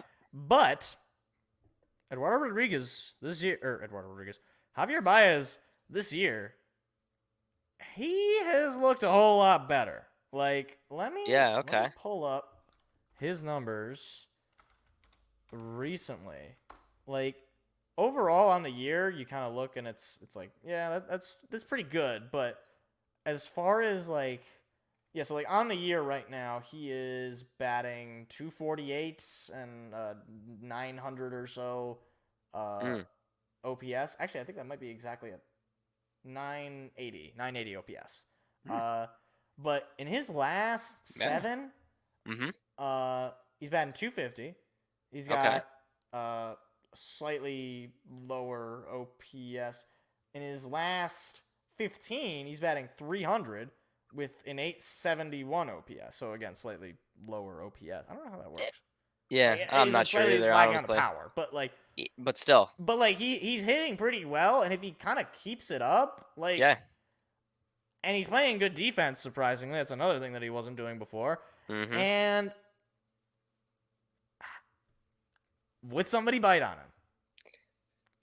That's the thing. That's a Detroit special. It's just sitting and waiting and having to see how everything lines up. That's just the Detroit special. That's what I'm gonna coin it, I think. Well, here's my thing, right? Is like, if we get him off the books, that is like, we get Erod off the books, we get Javi off the books, Miguel Cabrera is retiring. Yes. That leaves a whole lot of money, even though there's no salary cap, a whole lot of money theoretically freed for Scott Harris and Chris Ilitch to have a free-for-all. I mean, like, have fun. I think back to like in the early 2000s when the Tigers went and signed Pudge Rodriguez. Like, the Tigers were not good. And they were like, you know what? We're going to go sign Pudge. And back then it was like, it was a big deal, but now it's like nothing. Now it's But like, that's a player. I mean, Pudge Rodriguez is one of the best catchers of all time. And I mean, I don't know what the free agency market is going to look like this year, but we'll see. It's like, we need to, like, when you lose these kind of like when you lose Baez or you lose Erod, like, I don't think we're really losing like anything really that worthwhile. Well, especially with what you get in return too. Yeah, right. You're gonna get a bunch of prospects. Yeah, and you're not gonna win as a prospect factory. I mean, the Rays are that, but they never win World Series. Yeah. And that's the thing. Which is like, I mean, would I rather be the Rays or would I rather be the Tigers? I'd probably rather be the Rays. Well, you know. Yeah. But like, it's the same sort of. It's what I'm trying to say is you need those big time free agents, especially in baseball. Like, you need like a beast. Like, you need. Yep. Oh, well, that's good. The Guardians just extended their lead. Oh yeah, Padres just went up 1-0. It is 2-0 now in the bottom of the 8th. We had so many opportunities to win this game. Whatever, we could win tomorrow. It doesn't really matter. I didn't expect them to win today anyway. Yeah, well, but anyways, yes. Like, as far as timeline goes, like, if we want to go, say, the Astros route or the Braves route or the Rays route, we're looking at a 4-year timeline. We're looking at like 2027 when we're like competing, because our farm system is as empty as you can get. Like, it's devoid of any major hitters, and we might not have anybody up that's like gonna be around. Well, the other thing is too is just like, you know, you're saying with like the time it's another just it's a decision that we're gonna see how Detroit plays it, because you know how they normally play it. Yeah, they're gonna choose the wrong thing. As much as I don't want to say it, they're gonna choose wrong. But I mean, it's just another thing. It's just a classic Detroit sports. You know, Why are you the way that you are? You know, that's what I just have to say to the Tigers every day. It's just like, why? Yeah. Well, it's like, it's a similar deal with the Pistons, right? Where it's like, these are not like, we're not like the Hornets, right? Like, we're not like the Rockies or heaven forbid the A's. Like, that is a total disaster. But like it is kind of pathetic that these teams that are very old. The Tigers are one of the oldest teams in baseball. They began in 1901 or something. Yeah. The Pistons, similar deal. They've been around for a very long time. They've been around. Like, it's like, do we have no respect for ourselves? Like, we're just gonna ride on, Gotta respect your elders. 40 years ago. Yeah. Or it's like, like other teams that have been around as long as us have more respect for themselves. Like the Cardinals this year, they stink. Okay, we just played the Cardinals. We beat them in a 3-game set. Well, there you go. Great. Yes. The Cardinals are selling out. They Yeah. got people in all the seats. They got people in Big Mac land. Okay? And when I watch the Tigers in Comerica Park, I don't know. It's like you're lucky if you get the 6th grade safety patrol. like it's like we're supposed to be a baseball town. We're supposed to be a sports town. It's like nobody wants to go to these games. Yeah. Nobody cares. It's like, oh yeah, them Tigers. They just suck again. Like it's like every year. It's like what? Like Yeah. you have to reignite the passion for it, and making a move like you did getting Pudge Rodriguez all those years ago. That is the move. Which Like I think could be done with an Erod trade. Yeah, you trade It's Erod, possible. you trade Baez, and then you're going to the offseason. You have all this money. You have no Miguel on the contract. Go out and get, I don't know. Have Let fun. me look who's going to be a free agent. Let's look at free agents. I want to say there's going to be a big name, and I think he might be a Padre. 2024? I could be wrong. Probably 2024. Yeah. Free agent tracker. Wait. Hold on. Would it be 2024? Or would it be 2023? When does free agency for the MLB start? Should be Well, 2024. because it's like the season ends in 2023, but the winter meetings are in December. Oh, okay. So never mind. These are. So I typed in. Okay, so this is. It would be 2024. 2024 free agents. Okay. Because all those other players were signed. Oh, well. Yeah. Okay. I mean. Okay. It's not happening, but Shohei Ohtani is a free agent. He's staying in Anaheim. If the Tigers sign Shohei Ohtani, then we're a real baseball team. We just are. Like that is the kind of move that, pardon my French, gets asses in seats. Like Yeah. everybody is going to opening day. Oh yeah, 100%. To see Shohei? I mean, Absolutely. you would be replacing Erod, you'd be replacing Miguel in one signing. And Easy. it's probably not going to happen No. because I don't think that, Chris Ilitch wants to spend as much as Shohei Ohtani is worth. But No. if Scott Harris, if he's like, listen, Chris, this is a once in a He's just like, generation player. Do it. Like we are getting this player because we can't be sitting at 75 wins for the rest of our life. Like, Correct. I mean, I that would be a dream, but you have a couple of other guys. I mean, like Jock Peterson. He might mean he's going to be 31. Yeah. Again, these are not like you're not giving guys like 40-year deals here. No. Like you're going to I think Shohei Ohtani is going to be 28 at the time. So it's like you're going to be signing a guy into their 30s. But you're bringing in actual adults. You're bringing in stars. You're bringing in somebody that's going to get the team, get people excited. Yeah. I mean, like, it's like we don't have anybody. We don't have anybody who's the star on this team. You got Erod, and like, look, I love Erod. He's pitching really well for us. I don't have anything wrong. I don't have any problem with him personally. He's not a star. He's not like, he's not anything. He's just Erod. Like he's nothing. I just like bring in somebody that like excites the crowd. That gets people in the national media big. Whoa! Like I remember when they did sign Erod, it was like, oh yeah, that's a pretty good signing by the Tigers. Didn't turn out to be, but you know what I like. It was like people were like, oh, that's kind of respectable. I want the like Tigers to be trending. I want Shohei to Detroit to be trending on Twitter, and I'm not even on Twitter. I would like that. I would like. You to just see want that. it. It's just there. I want us to be. I want us to be in conversations. Like, I just don't. I don't know. I think like this team. Yeah. It needs direction, and it needs like something to really set it apart. And right now, just not we're just sort of like in a limbo, almost. We're playing competent baseball. Yes. So I can respect it. Like, I watch the games, and it's not like I feel like crap watching the games. It's just like... Well, it's that's like good. they lose, but you know what? Bad teams lose. And you're just like, We don't have a lot of good players.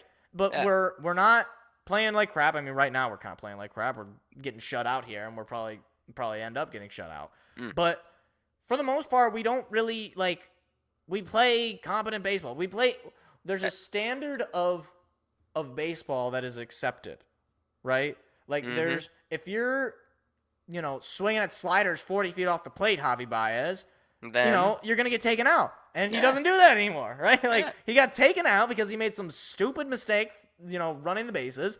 Then you learn. And he got taken out, and he comes back in, and he's a competent hitter. It's like there's a standard, right? Right. There's what we want, what we expect. Not like we're not expecting everybody to be Juan Soto, but we are expecting people to, At play least competitive baseball. Every time I don't want to be on somebody else's schedule and they just think, okay, this is a good get well series. It's like Tigers. It's like be a series that is like, okay, like this could be kind of tough. Like we shouldn't underestimate them because these are scrappy guys. These are interesting guys. They can cut you off guard. But I don't know. I think there's just a lot. Just a limbo state at this point for the Tigers. Because we're rebuilding the rebuild. Yep. That's how it is. Yep. And it's just a Detroit thing. I mean, it seems to be. I mean, I was thinking, when was the last time that all four teams were bad, or at the very least, rebuilding? I mean, if you want to describe the Red Wings as bad, I guess technically they were bad, but they're rebuilding, so it's or the Lions, right?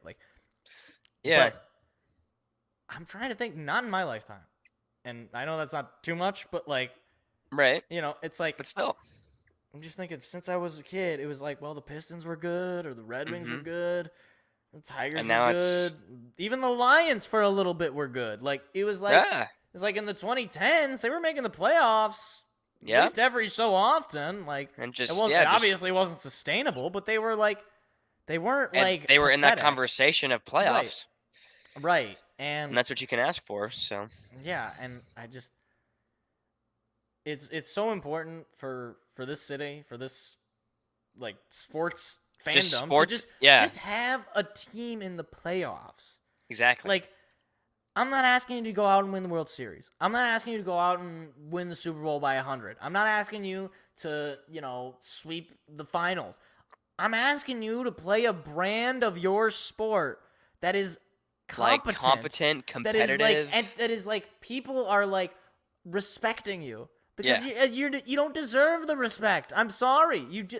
If you're the Pistons, I don't see why any team has to respect you, other than oh yeah, Cade's got good game, Ivy's got good game, but you guard them. That's it. It's I don't want them to think we have good game. I want them to be afraid of us. I want them to see us on their schedule, and be oh, we gotta play the Pistons on the road. Oh man, they're gonna be packed. It's gonna be scary environment.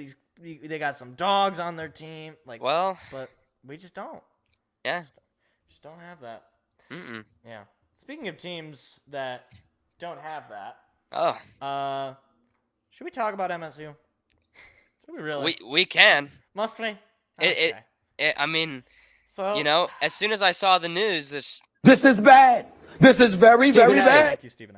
It is very, very bad. Steve and I helped us out with that. Perfect. So that's good. So yeah. From Spartan Shadows, some Spartan Michigan State fan page or whatever. I don't know what they are. Yeah. Apparently, the Caesar Sportsbook has the Michigan State Spartans football team at 4.5 wins. Win total. In total. Which is insane. I think that is insane, yeah. I mean, here's so obviously Spartans lost Peyton Thorne. They lost Keon Coleman for the time being. Yep. I guess we don't really know what's going on there. We'll see. He's I bet it's gonna probably be not FSU. coming back, but he hasn't committed to anywhere else. Yeah. We got that defensive back. I don't even Charles Brantley. Charles Brantley. We got Chuck back. So Yeah, we got Chuck. But like, I still think though 4.5. Like really? right. That's what I was. I'm thinking. I'm taking Really? the over. Right. I mean, like, Yeah. we won 5 games last year, and this is what gets me. And this usually comes from the fans from the other side of the state. Well, Like, all of a sudden, Peyton Thorne is Joe Montana. I It's know. like we just lost the greatest quarterback. It's like, guys. They're like, sitting there. here's Auburn got what a the great one. situation- Yeah, like, No. here's the situation, right? I'm Peyton Thorne, and there's a QB competition. Well, there's 2 scenarios. Either Uh-huh. he left because he wanted to get paid, or he left because he knew his ass was gonna lose. like he left because there's a better quarterback, and I don't know what Noah Kim is. I don't know what the guy out of We haven't USC. We haven't seen. It's Hauser, right? Joey Hauser. No, not Joey. That's right. It's basketball. Yeah, that's right. Joseph That's Hauser. I didn't Hey. know he's back. He's back. He's playing He's quarterback. back, baby. Oh, yeah. Yes. Yes. Thank you, Joe. He is What back. is- I think it's Hayden Hauser.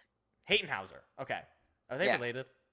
I don't think so. I hope not. No, I hope not too. We don't need 3 Hauser brothers. You want to talk about looking pedestrian? Joey Hauser. My gosh, I couldn't stand him. I know all these people are like, come back.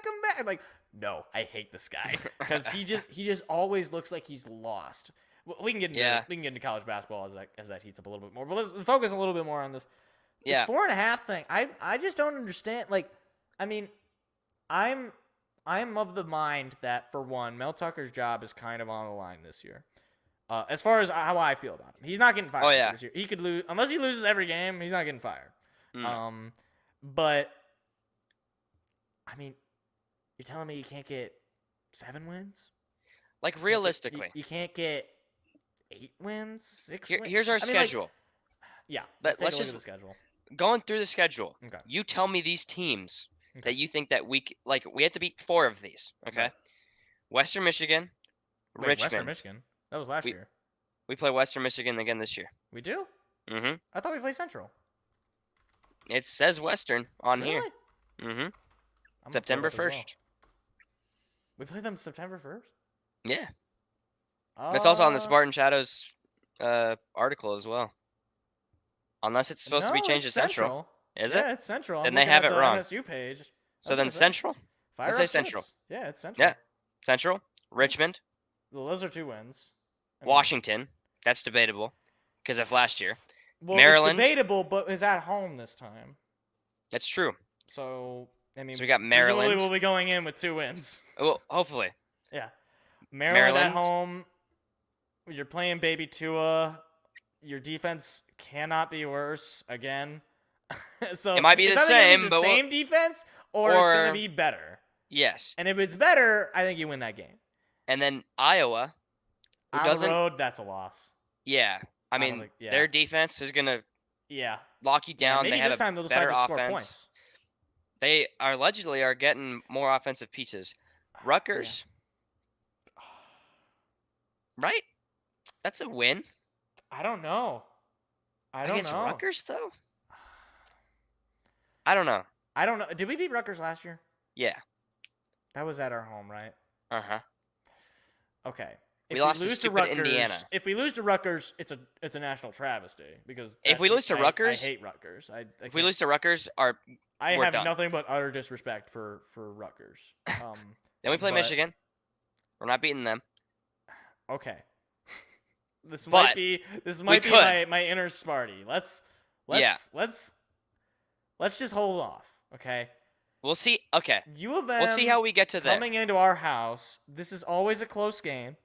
Last year, some reason. the final score does not indicate how not- close that game was. That's correct. They ran away with it at the end. It was garbage time touchdown. Remember, that wasn't even the case. They had way more field goals than they should have in that game. It Yeah, was right. I mean, 29-7. again, our defense was terrible. Like we weren't scoring. Like we were forcing them to field goals, and we were not coming back and scoring against like that. The offense was awful. Yeah, somehow and that was, in game. and I mean, look, I Well, think not it's, somehow, Michigan but- is probably the favorite to win the Big Ten. I'm not saying yeah. I'm not saying we beat Michigan, but I don't think we can just totally be like, oh, it's absolutely going to be a loss. I don't think it These absolutely rivalry will be. games, man. I mean, Auburn can beat Alabama any given year. Hey, Peyton Thorne's gonna do it this year because he's Joe Montana.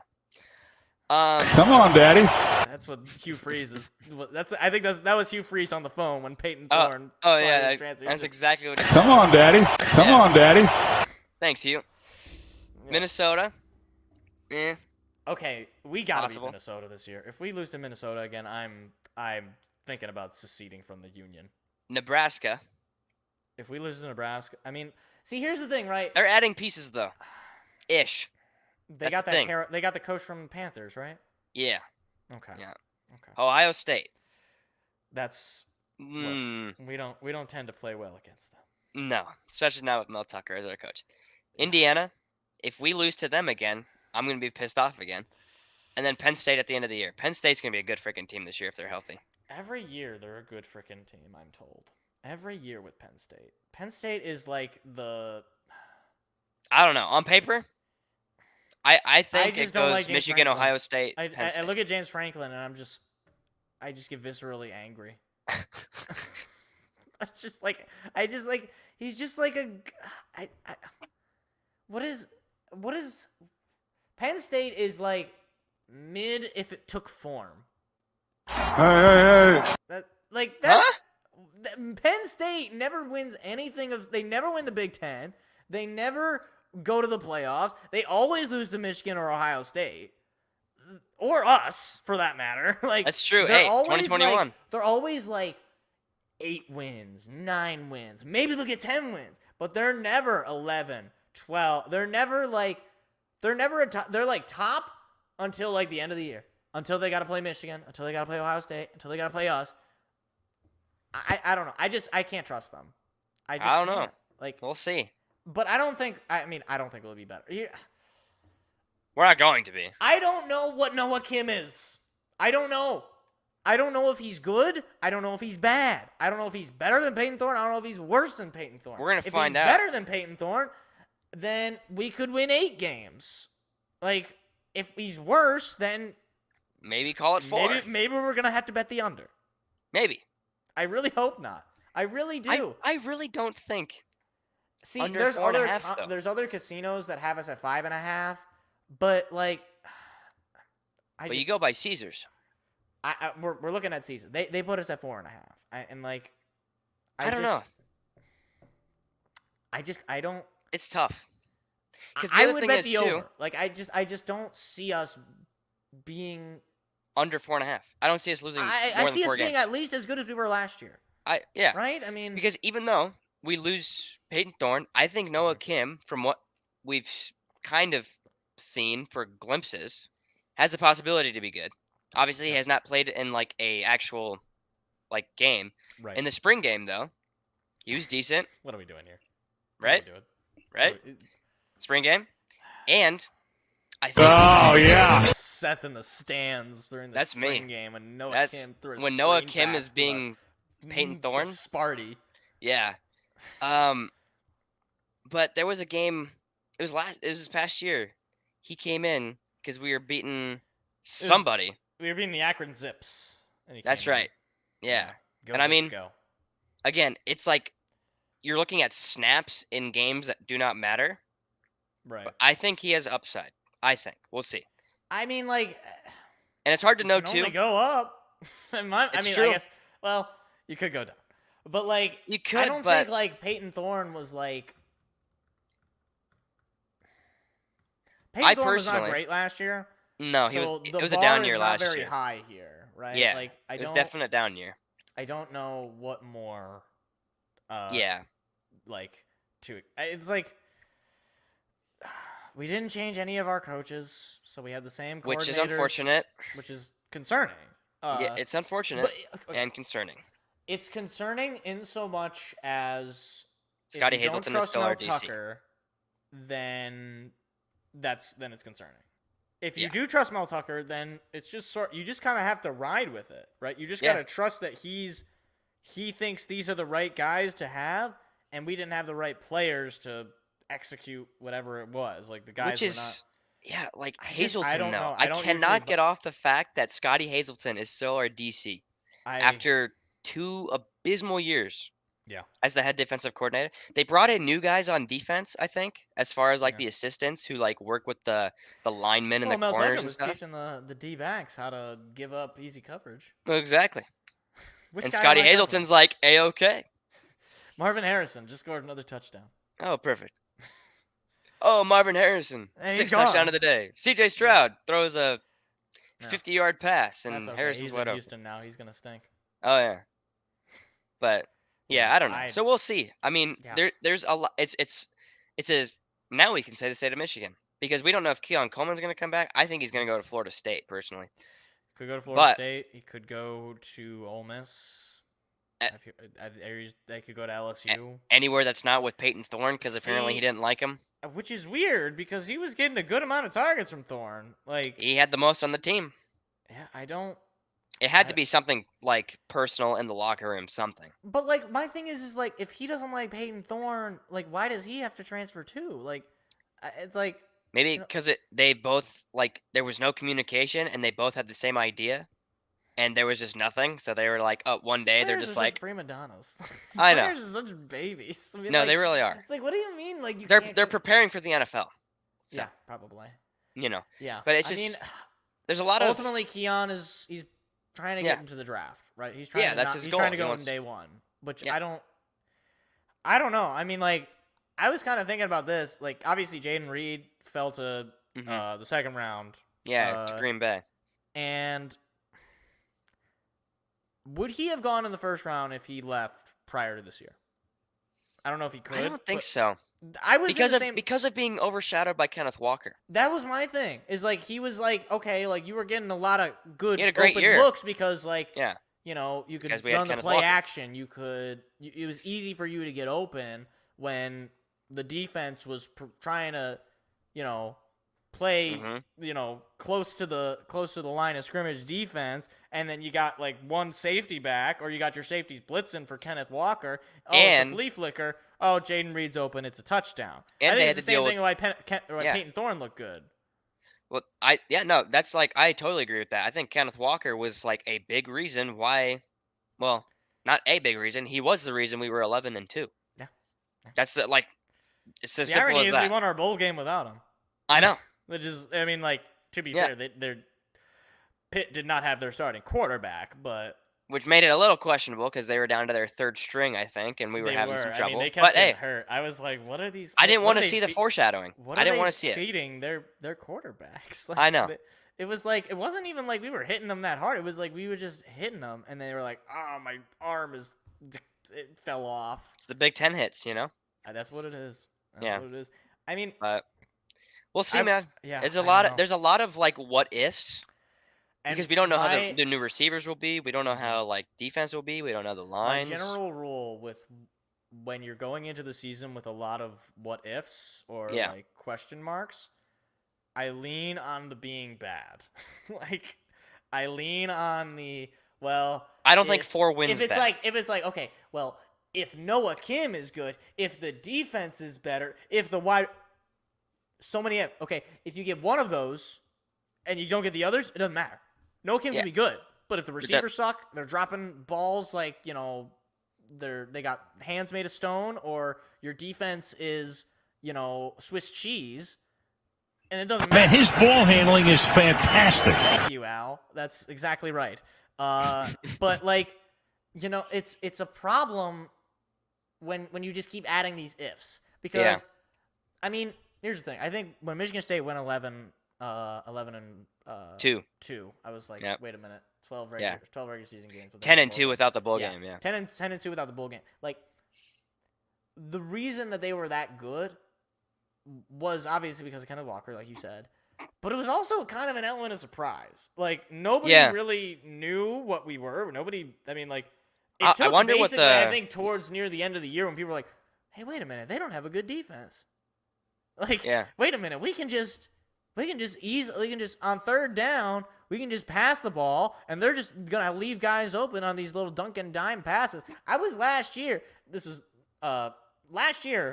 I was like play calling for the other team. I was like, okay, you're gonna run on the first 2 downs, and if you don't get the first down, you're gonna pass. just throw it. And it's like That's it. They were Washington. They did that. Like I got it 6 times in a row. I'm not like a play caller. I'm not a coach. I don't know all the ins and outs of schemes and but play it's not calling and all this hard stuff. to see, I just watched clearly. the game, right?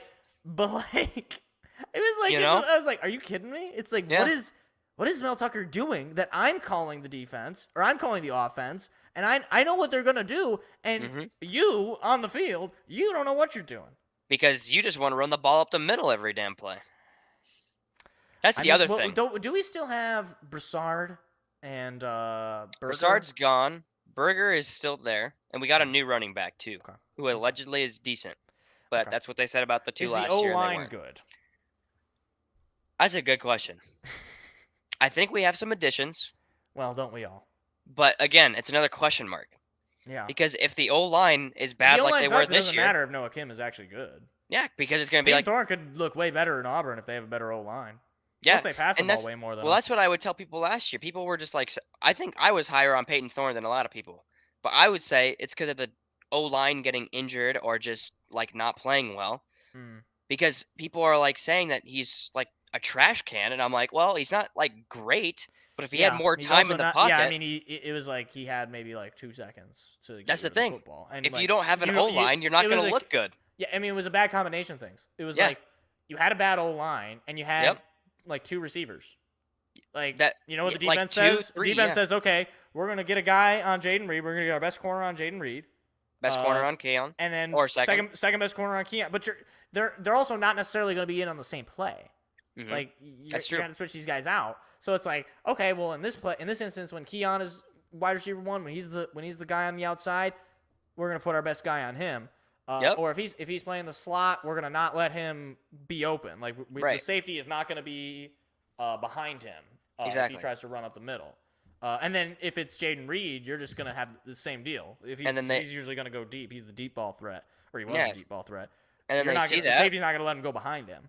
Yeah, and then Mel Tucker had a bad line. It's like, let's just run up the middle. That's one of the things about our defense. Like, I mean, if we have a better D line, that makes your D backs way better. Like, this is like the trench play all around just needs to be better. Yeah, everything it's as needs simple to as be that. better. And Mel Tucker was brought in, theoretically, this guy was supposed to be a D-backs coach. Right? That was supposed to be his like specialty. Not from what I've seen. Yeah, from what I've seen, not so much. I mean, like I don't know. I mean, it's like this is a big year for him. Big year for a big fella. Yeah, well. Yeah. It's very true. I get nervous. Too many what ifs. Yeah, I mean, it's gonna be a long season. Yeah, as long as we win more than 4 games, I'll be happy. Look, if we get 5 and we go 5 and 7 again, it's fine. I'm looking at the schedule. So like games that I would accept losing, which is such a sad statement. I know. I would accept losing to Iowa. Okay. I would accept even losing to Michigan. I would accept losing to Ohio State. All these other games, I mean, really, like, you got to be competitive. Like, you cannot like get slapped around by Minnesota. If I gotta see PJ Fleck row the boat on our team again, I'm gonna scream. Yeah, and I did scream. Yeah, well, and it was so did I. It was not for ice cream. I can assure you. No. But like Indiana, you got to beat them, dude. Like, yeah, that was bad. Penn State, okay, I can accept that losing that too. That one. But as long as it's competitive, if the games are competitive and we lose, that's yeah. If you okay, the depending on who it is. I'm saying that we can lose, and I'd be like, yes. Obviously, I'm not gonna be happy, but like, I mean, if we get blown up by Ohio State again, it's gonna be just like whatever at this point. It's like okay, But we need like what you're saying. We need to be competitive with like Washington, Penn State, Maryland. We need to be competitive. If we lose those, which is gonna be awful, but if we're competitive, I cannot take another year of losing to Rutgers. I can't either. I can't. If they lose to Rutgers again, Seth, I don't even know You what just I would may say. it, I it, would it just might like, just be me on the show at this point. I I think don't yeah, know. it would be. Where's Mike? He's gone. He's He just not died. here anymore. Yeah, And now he's dead. he's dead. That's Exactly. right. Thank you, Steve. Yeah. You know, it's tough. I I love being a Michigan State fan. So much fun. Going 5-7, and then the year, well, you know, going into the next year, you lose your best receiver and then allegedly your best quarterback. I love it. I was rooting for you. We were all rooting for you. How dare you? That's how I felt. It's So I felt, you know. Yeah. Well, yeah. Okay. Seth, what else do we got? You got anything else you wanna do before we wrap it up here? I don't believe so. See on the show, you got some Chargers talk you wanna throw out there? We could just talk a little NFL. We haven't talked NFL all day. Yeah, that works for me. Let's throw out some Chargers. What do we got? I'll let you run this. This is all you, because I don't really follow the Chargers draft. I don't really know what's going on with them. So what's going on with the Chargers? Well, Your I will say Los Angeles Chargers of San Diego. correct of San Diego. That's Yes. Well, you know, I was watching the draft. I only watched the first round where we took Quentin Johnson, but you know, I was Solid happy. receiver. I was happy Out with that. of TCU, right? Correct. Yep, And actually, we got Max Duggan out of TCU too in the 7th round. really? I don't know why, because we have Justin Herbert, but that's for Well, another who was your thing. backups? That's a great question. I don't even know that off the top of my head. Yeah, right. It's like Because it's not there's- Tyrod Taylor because he's Not dead. anymore. Yeah, he died. Yeah. And now he's dead. Yeah, exactly. But Yeah. it's just like I was surprised with. I think we have some good pieces, but knowing how it's going to be, I was telling the people I was watching the draft with, I was like, okay, we got Quentin Johnson for when Keenan Allen gets injured, but when all these other guys get injured, like what are we going to do? Because that's Right. the Detroit teams have like whatever curse you would like to say. Bobby Chargers? Lane. Every single year, I am told by people who aren't even Chargers fans, who like I'm friends with, they look pretty good. They might make a run in the playoffs, maybe win a Super Bowl. By week 4, everyone's injured, and we're like terrible.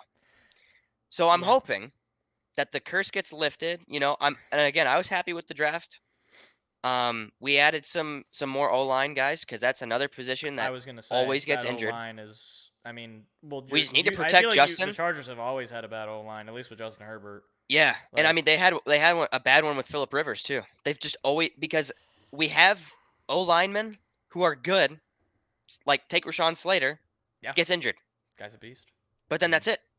Who else do we have? Yeah, right. I mean, No one else is a it's- Pro Bowler on that line. It's interesting. almost to like what you me, need. Like I don't really. I mean, with the Lions, like there's a clear kind of strategy where you kind of get your guy on either side of the line, right? Yes. 2021, we drafted Penei Sewell. Guy was a Pro Bowler last year. And he's Yeah. probably going to be an All-Pro if you ask me, because I think he's up there. And then you also have Frank Ragnow, another Pro Bowler. Taylor Decker, I think he can be a Pro Bowler in the future. Like we have dogs in our own line that are just like, there's never any concern for me that, like, unless the O line is just completely all injured, and even then, like I think we just have better O line coaching. Yeah. But with the Chargers, it's like every game horrendous. we're in Michigan, so we don't get all the Correct. Chargers games. But any highlights, or if we did get a Chargers game, it was like Justin Herbert was just like running for his life. Like it was that early Thursday night game against Kansas City. I mean, it was like the guy had like a dislocated shoulder, and he was like, "I'm still good, coach." The one isn't that where he got hit in the ribs? Or the ribs, that's right. Yeah, it was he like was he was like, He can't couldn't throw breathe, it. coach. He I'm couldn't gonna throw die. it It's like, because of the damn O line. yeah, and I just It's incredible. In I don't my know why. mind, it's like they're if you're the Chargers, like what is the? I'm not trying to say that the pick was like you shouldn't have taken this good receiver, but like I don't know who was available on the O line. If maybe you just didn't like the guy, like he was just not up on your boards. But like, Yeah, I don't. as far as even, position of need, I mean, I always O think, line like, is always up there. Yeah, I mean, 'cause- receivers up there too, though. but you At can least get this year. receivers. I mean, like Jaden Reed, he went in the second round. He's gonna Mm-hmm. he's gonna be a good player for the Packers, and like you're gonna get good, you're gonna get good wide receivers later in the rounds, or like a tight end. Like who even is the tight end for the Chargers? I don't know, but we got one in the draft, and I do not remember who it is. Yeah. I need to brush up more because here's of the all thing, the right? offseason stuff. It's The just thing like about like having a good O-line, it's like the Lions traded T.J. Hawkinson, right? correct. Did we miss T.J. Hawkinson the rest of the year? No. No. Why is No. that? Because our replacement was a guy by the name of Brock Wright. Does anybody Ooh. know who Brock Wright is? Anyone? No. Do you know Anyone. why? Because on any other team, Brock Wright is pedestrian. Now, Correct. why was Brock Wright good? Well, because Jared Goff wasn't running for his life trying to pass to him. So There you Brock go. Wright could get open because Brock Wright's not, he's not Travis Kelce. He can't just, or Rob Gronkowski. Like, he's not the Yeah. fastest guy in the world. But if he gets open for like 3 seconds, well, Goff can get the ball to him. He's Right not here. going to drop the ball. Yep. And he's gonna score. I mean, like the guy was basically just a touchdown machine. It was like, oh, we're Yeah. in the red zone. We could throw it to Brock Wright. He's gonna score a touchdown. Like with the Chargers, I mean, You it's don't like, have I like that. Mike Williams. I like all these guys. They're that they injured get. These are the great time. receivers, but like, you know what's even better than a good receiver is a good left tackle. like a good guy that can- blind side blocker is gonna do a whole lot more for your offense than Yeah. a wide receiver. Like, it might seem counterproductive because I know what they're thinking. They're thinking, okay, we need a guy who's going to be Randy Moss or, Well- Tyreek Hill, who, like, is just going to get open every time and he's going to make these super highlights and we're going to be on national television. Everybody's going to talk about the Chargers. But, like, it's not sustainable. Okay? Like, clearly it's not sustainable. You haven't gotten past the first round of the playoffs. Like, and admittedly, you're in a tough division. You're probably not going to win that division. Or if you do, it's not going to be easy. Not with that certain team from Kansas City. Right. But, like, if you get in the playoffs, like, you should be at least, like, I mean, well, they were competitive for one half. For one. But Half of a game. yeah, I don't know. I feel for you because Yeah. Chargers are another team that have just never been able to get it together as far as Super Bowls go. At least they've been to the Super Bowl. That's correct. So They've you did been have there. that. And then they lost. Well, Minor mistakes detail. Mistakes were made. Yes. Mistakes were made. I don't know. I think with the Chargers, as far as their draft goes, I didn't look at like any other late draft. I just saw they drafted that receiver. Yeah. What are you so thinking as far as win totals? What does this team look like? Are we going a standard year or are injuries completely gone? Okay, what is the ceiling for this team? What was it last year? I think they had us winning 10 games. And I think that's what we You got. won 10 games. Yeah. Yeah. I would say I mean, you got to win 10 games. absolutely. You 100%. don't I don't think win that's 10 I'm games, not saying that's the ceiling. I'm saying Yeah, if injuries occur, that's probably the ceiling again. that's probably what it is. I'm but- thinking Mm. 13, Oh. 14. Mm. I think that's the I Well, think the that's the schedules ceiling. get released in a couple of days, so we'll probably That's have gonna a be the better other thing. idea. I mean, we know like who they're playing, we just don't know the order. Yeah. Or like bye weeks or anything like that. But I'm Um, telling you, yeah. that's probably a little biased too, because that's what I want. Right. But like, I know how it's gonna go. Mhm. We're gonna win 10 games, maybe 11, Right. maybe, Right. and we're going to possibly get playoff spot Mhm. again. Probably. And I mean, swear you to get 10 God- wins, you're almost certainly in the playoffs. And I swear to God, if we blow another 27-point lead, I won't be here. Yeah. you know? Seth is not going to be on the show. We're gonna It's just gonna be. we're gonna call Where'd he Seth, go? and he's gone. Where'd he gone. go? We're gonna have like a I'm gone. picture of Phillip Rivers. On Exactly. on the He can screen. take my spot. Yeah. It's just like I don't know. So the thing I- about them is, so this is interesting that we're starting the show the year that the Lions play the Chargers this year on the Uh-huh. road, which is Yeah. basically an exhibition game / a home game for us. Yeah. Because Jared Goff is going back to LA. Correct. Not in his old stadium because he never played. Never played in that SoFi. stadium. But I mean, he's going back to Cal, so Yeah. he's gonna have people from Cal there. He's gonna have Mhm. probably some Rams fans who are like, yeah, sure, why not? Let's go to the game. Yeah, I remember that guy. Yeah, I remember Jared Goff went to the Super Bowl, NFC Yeah. champion, and all that. Yeah. And again, I'm biased as well, right? But honestly, I look at our team last year down the stretch, and I look at the Chargers last year, and I don't think it's a write-in that the Chargers win that game. I don't think so. I think the Lions have great upside this year. yeah, I think 'Cause this how year they the did Lions. last I year? mean that if both things for the Chargers and the Lions go well this upcoming year, I could see that game being a Sunday Night Football. Maybe. Like, I mean, it's Yeah. in LA, so that's already a big thing. Yeah. I mean, it's going to be two teams that potentially could be fighting for spots in their division at that point. Yep. Like, I think that could be a really big game. Yeah. And I mean, I just don't really trust the Chargers O-line, especially when we got, Aiden Hutchinson Hutch, coming yep. off of the edge, and James Houston. Yeah, I like and- your and guys' Liam line McNeil. against and then- Khalil Mack and Joey Bosa more than we Yeah. have against Aiden Hutchinson Yeah, and whoever the and hell it's else you like, guys got. Again, the other thing too is we don't know where that game is going to line up in terms of when we'll get JMO back. Like if we get JMO Mhm. back, and assuming him and Goff have good chemistry, I take the Lions by like 10. Yeah? And I mean, maybe I'm just totally off base, but like I definitely don't trust the Chargers defense. Like I mean, like you said, Bosa. But We got like, Bosa and Khalil Mack, but Yeah, again, like you got some they're on the dogs. injured list. Well, Joey like- Bosa's on the injured list. Khalil Mack Oh, wasn't. is he hurt again? Not at this point, but I'm just saying. He It's will almost be. a guarantee. Okay. Yeah. It's almost a guarantee. He really is the younger brother, isn't he? Yeah, and then it's just like it. I mean, if Derwin James, Mhm. maybe the corners want to step up a bit, Mm. that'd be nice. Yeah, and then the other thing is, As long as they're not injured. yeah, and the Lions defensively are just they personnel-wise they are just better than they were last year. I mean, Yep. And I'm not trying like last year. I the defense was overall not good, but I'm not gonna disrespect any of the guys that were out there that were playing good Yeah. ball. Like, Yeah. I mean, Jerry Jacobs, he was not terrible. He wasn't great. He wasn't, But- Jalen Ramsey, but he was playing. Like he was out He was there. just a guy. He was a guy and, in the field. you put instead of him, you put Emmanuel Mosley. You put Cameron Sutton.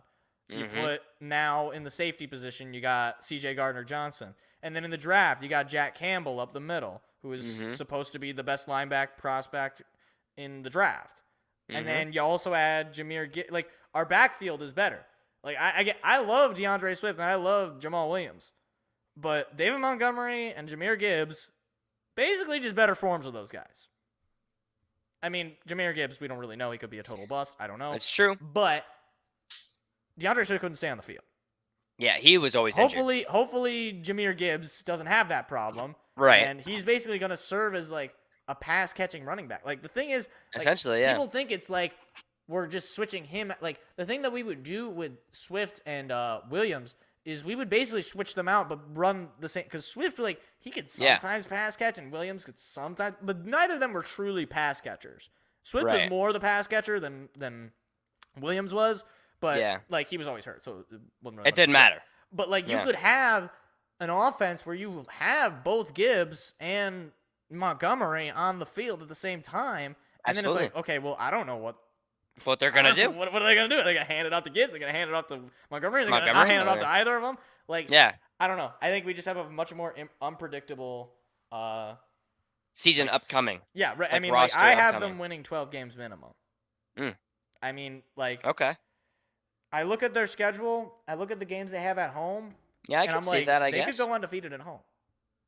Maybe. Like, let Yeah. me hold up. Let me Detroit Lions 2023 schedule. Let me see. I don't think it's unlikely. Well, Yeah, so I could see it happening.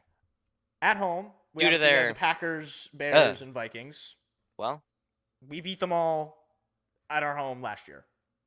So, I mean, And, yeah, not saying you're it looking at carries that- over, but you're looking at that Yeah. division and you're thinking it's gonna happen again. Yeah, right. Like, I think the Packers got worse. The only team that I could say that got really tangibly better was the Bears. And and I don't that trust wasn't. Justin Fields. I don't believe in Justin Fields. Sorry. He's a running back, so. That is disrespectful. But he you can know throw it's the ball sometimes. sometimes. Yeah. But I mean, like, the Vikings, I think they were a total anomaly last year. Like, I think don't tell Rob that. Well, we don't need to tell Rob anything. Nah. But the other teams we play on our home, okay, we got some heavy hitters, okay? The Broncos, Ooh. the Falcons, Ooh. the Panthers. They got Bijan. Oh Lord. Yes, they do they have got Bijan. Bryce. Bijan and Bryce. That's Just right. saying. The Raiders, and I think the scariest team we play is the Seahawks, who we did lose to on our home last year. No, I think. But I'd if we agree got with one you. stop, if we literally got one stop in that game, we win that game. And we got a much better defense. Now, granted, they got a much better offense. But the question is Geno Smith actually that guy? Because Is Kenneth Walker gonna come back to Detroit and have a fun time? Detroit. But still, he's from Michigan State. But he's from the state. He'll come back to where is Michigan. he actually from? I don't know where he's I don't from. know. But I mean, the thing is, we play more road games this year, just because I think we played more home games last year, so that's to bounce back. Yeah. But on the road, I mean, like, it's still like not. I mean, obviously Packers, Bears, Vikings. Road games, division games are always kind of a toss up, regardless. But I'm pretty confident we'll probably beat the Packers. I'm fairly confident we could beat the Bears and the Vikings. Maybe. Yeah, I think you might split with one of them. Like, yeah, I think I don't think see us necessarily going undefeated in the division. But last year we lost one game in the division, and it was a game that we could have won. Yeah. Like, so, but again, That's the thing. Doesn't necessarily carry over. So yeah, but you know, the scariest game we have, I think, on the season is on the road against the Chiefs. Which, good luck with that. Right. Now, here's the thing, though. Depending on we're where getting we ready get for a that, hot take. Well, depending on where we get that, it's a different game. Like, Chiefs within the first 4 weeks are not the Chiefs within the final, 14 weeks. Or playoffs. Yeah. Right. Like, it's a good point. So, I mean, if they schedule that as like week 3, it's a little bit more of a toss-up. But the Chiefs are really good. Well, yes, they are. Like, but I mean, Super Bowl slump, man. I mean, they weren't good. They were always good, but they weren't as good the year. Yeah. Like not the year after they won, because they went to the Super Bowl again, but the year after that, they were worse than they were. What did they?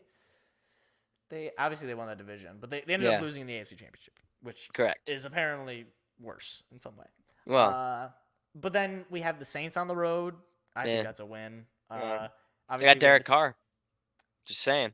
Wow, I'm terrified. We have the Chargers on the road, obviously. The Buccaneers on the road. I'm not afraid of them at all. Oh. The Pirates don't. The big scary Pirates from Florida don't scare you. They do have one of the best logos in the league. I mean, that is true. It's so good. The Cowboys on the road. I just want you to know. I just want everybody to know. If we beat the Cowboys on the road, I will be the most toxic person on the internet. I will be absolutely. I look forward to that. I would do unspeakable things. I really hope the Lions win that game then. I would just be beyond myself. It would be so. Now I need them. And the other game is the Ravens on the road. That's another scary game. Yeah, that's a little scary. But this is a potential hot take of mine. I don't believe in Lamar Jackson anymore. That is an interesting take. I don't believe in him. He Interesting. hurts me every year. Every year he starts hot, and it's like, he's gonna do it. He's gonna be MVP. Oh, and he's pooping. And then yeah, he's got to go poop. Yep. And it's just like I want him to be good so bad. I want him to be good so bad. I love. This could be the year.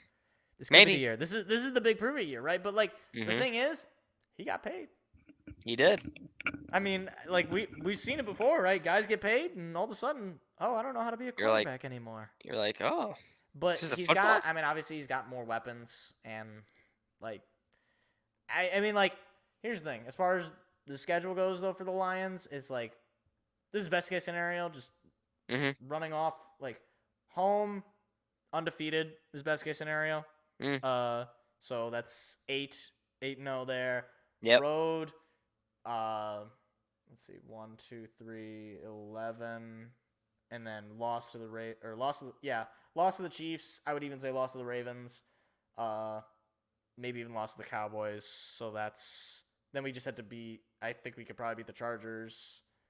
And then I don't think that's gonna happen. Like I don't think we're gonna get 15 games. I'm saying we're gonna get 12 games. Like we probably lose to the Seahawks potentially. We probably split one of these games with the Packers or the Bears or the Vikings. At least one, yeah. Or because it bounces back, right? It's like we could lose a game to the Bears, but then beat the Ravens, or beat the Chiefs. It's like weird things happen in the NFL. It's any given Sunday. It's true. And then again, also depending on the situation, it's like if we're playing the Chiefs, and I don't know, Travis Kelce gets suspended because he ate a dog. It could happen. It could. Yeah. He's known to eat dogs, actually. Well, I haven't heard that one, but it wouldn't surprise me. He's from Kansas City. He plays with Patrick Mahomes, whose brother was arrested for aggravated assault. So I wish you would assault me. That way I could get all of his money. Well, I wouldn't mind some of that contract. Yeah. TikTok deal. Yeah.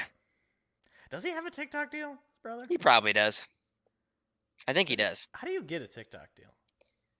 I don't know, and to be honest, I don't want to. I'm just saying though. Like, what's the criteria? Does TikTok come to you? Do you apply for this? Like, I'd assume. I think TikTok comes to you. Okay. Yeah. Okay. They're like, you're making us a lot of money. We're gonna help. We're gonna give you some of that. I don't either. I'm not on social media. Yeah. But I think we hit everything we wanted to hit. Do you have any other things? Oh, actually, I guess we can briefly. Hunter Dickinson transferred to Kansas. I mean, I couldn't stand this guy. Yeah, that's fine. I don't have a problem with that. I thought he was annoying, and also he is. He was a really good player, so it's a loss for Michigan. I don't really know what Michigan's doing with their basketball program. It seems to me that they're losing good players, and they're gonna focus on their football program. They brought in who is it from Northern Carolina though?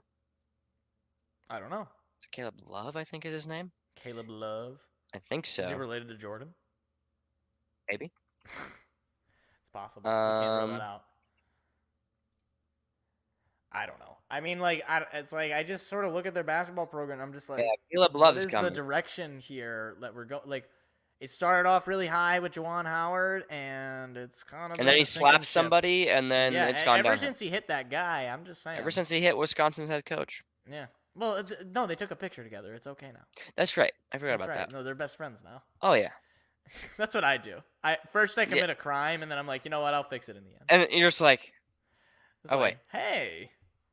You're like, I can't believe. Oh my gosh, there's some I don't know what they're doing. I wish I knew. Want Michigan. I mean, ultimately, I don't want Michigan to be good, but it is. They're going back to the NIL this year. They're gonna be trash. So? Oh yeah, they're gonna be trash. I mean, no Hunter Dickinson is what is that? Like 30 points a game? No, he wasn't that good. No, he wasn't that good, but it's like. They're bringing in Caleb Love though, so 30, depending on how he meshes. Him personally, but he would get a lot of assists too. Yeah. So maybe I guess in totality, he might have represented some amount of scoring. He's still trash, so I don't really. And pardon my French here, he's a baby back bitch. I hated watching him play. He would cry about everything. I think he was 7 foot, and that was why he was good. Yeah, I think he was like Zach Edey. Yeah. I mean, I didn't think Zach. I mean, we saw what happened when he went to the tournament. Yeah. I think it's the problem with these college kids, and even this is somewhat of a problem even with Victor Wembanyama, is you're 7 foot or 7'5" or whatever, but gotta have something to show for it. Yeah, you're also you're playing against guys who are 6'4". It's guys that aren't gonna play in the NBA. Yeah. So of course you're going to just destroy them.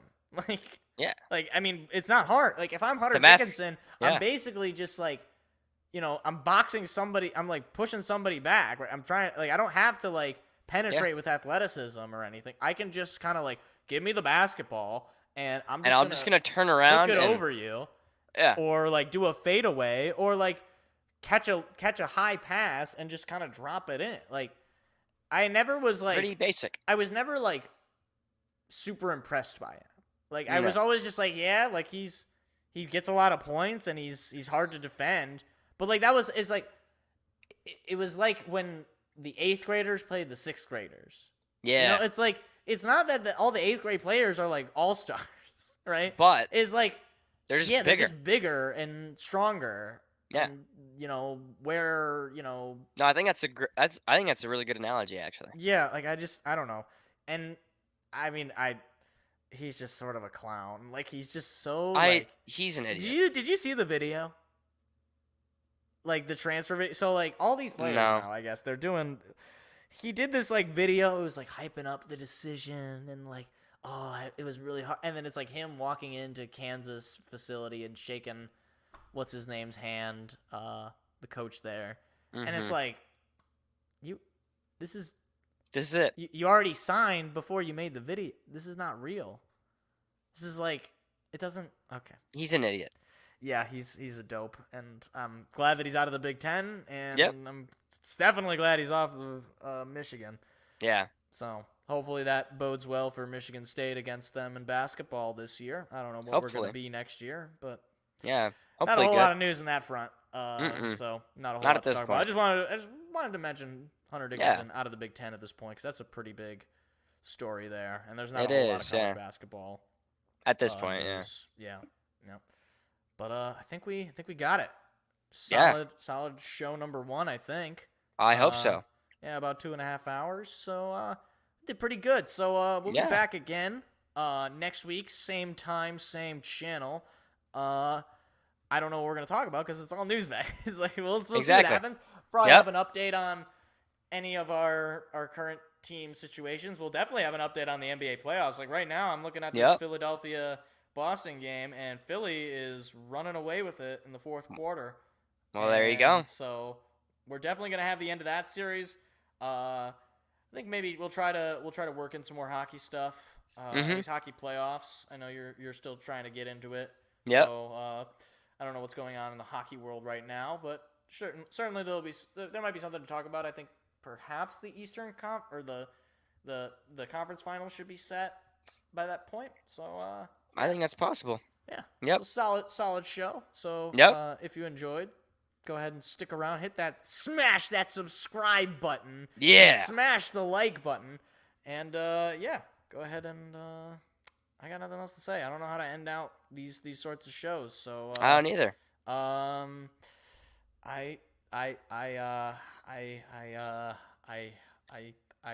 I hope that everybody has fun in the playoffs. That's my hope. That's what it's all about. It's all about having fun. FUN. Yes, emphasis on the FU. Yes.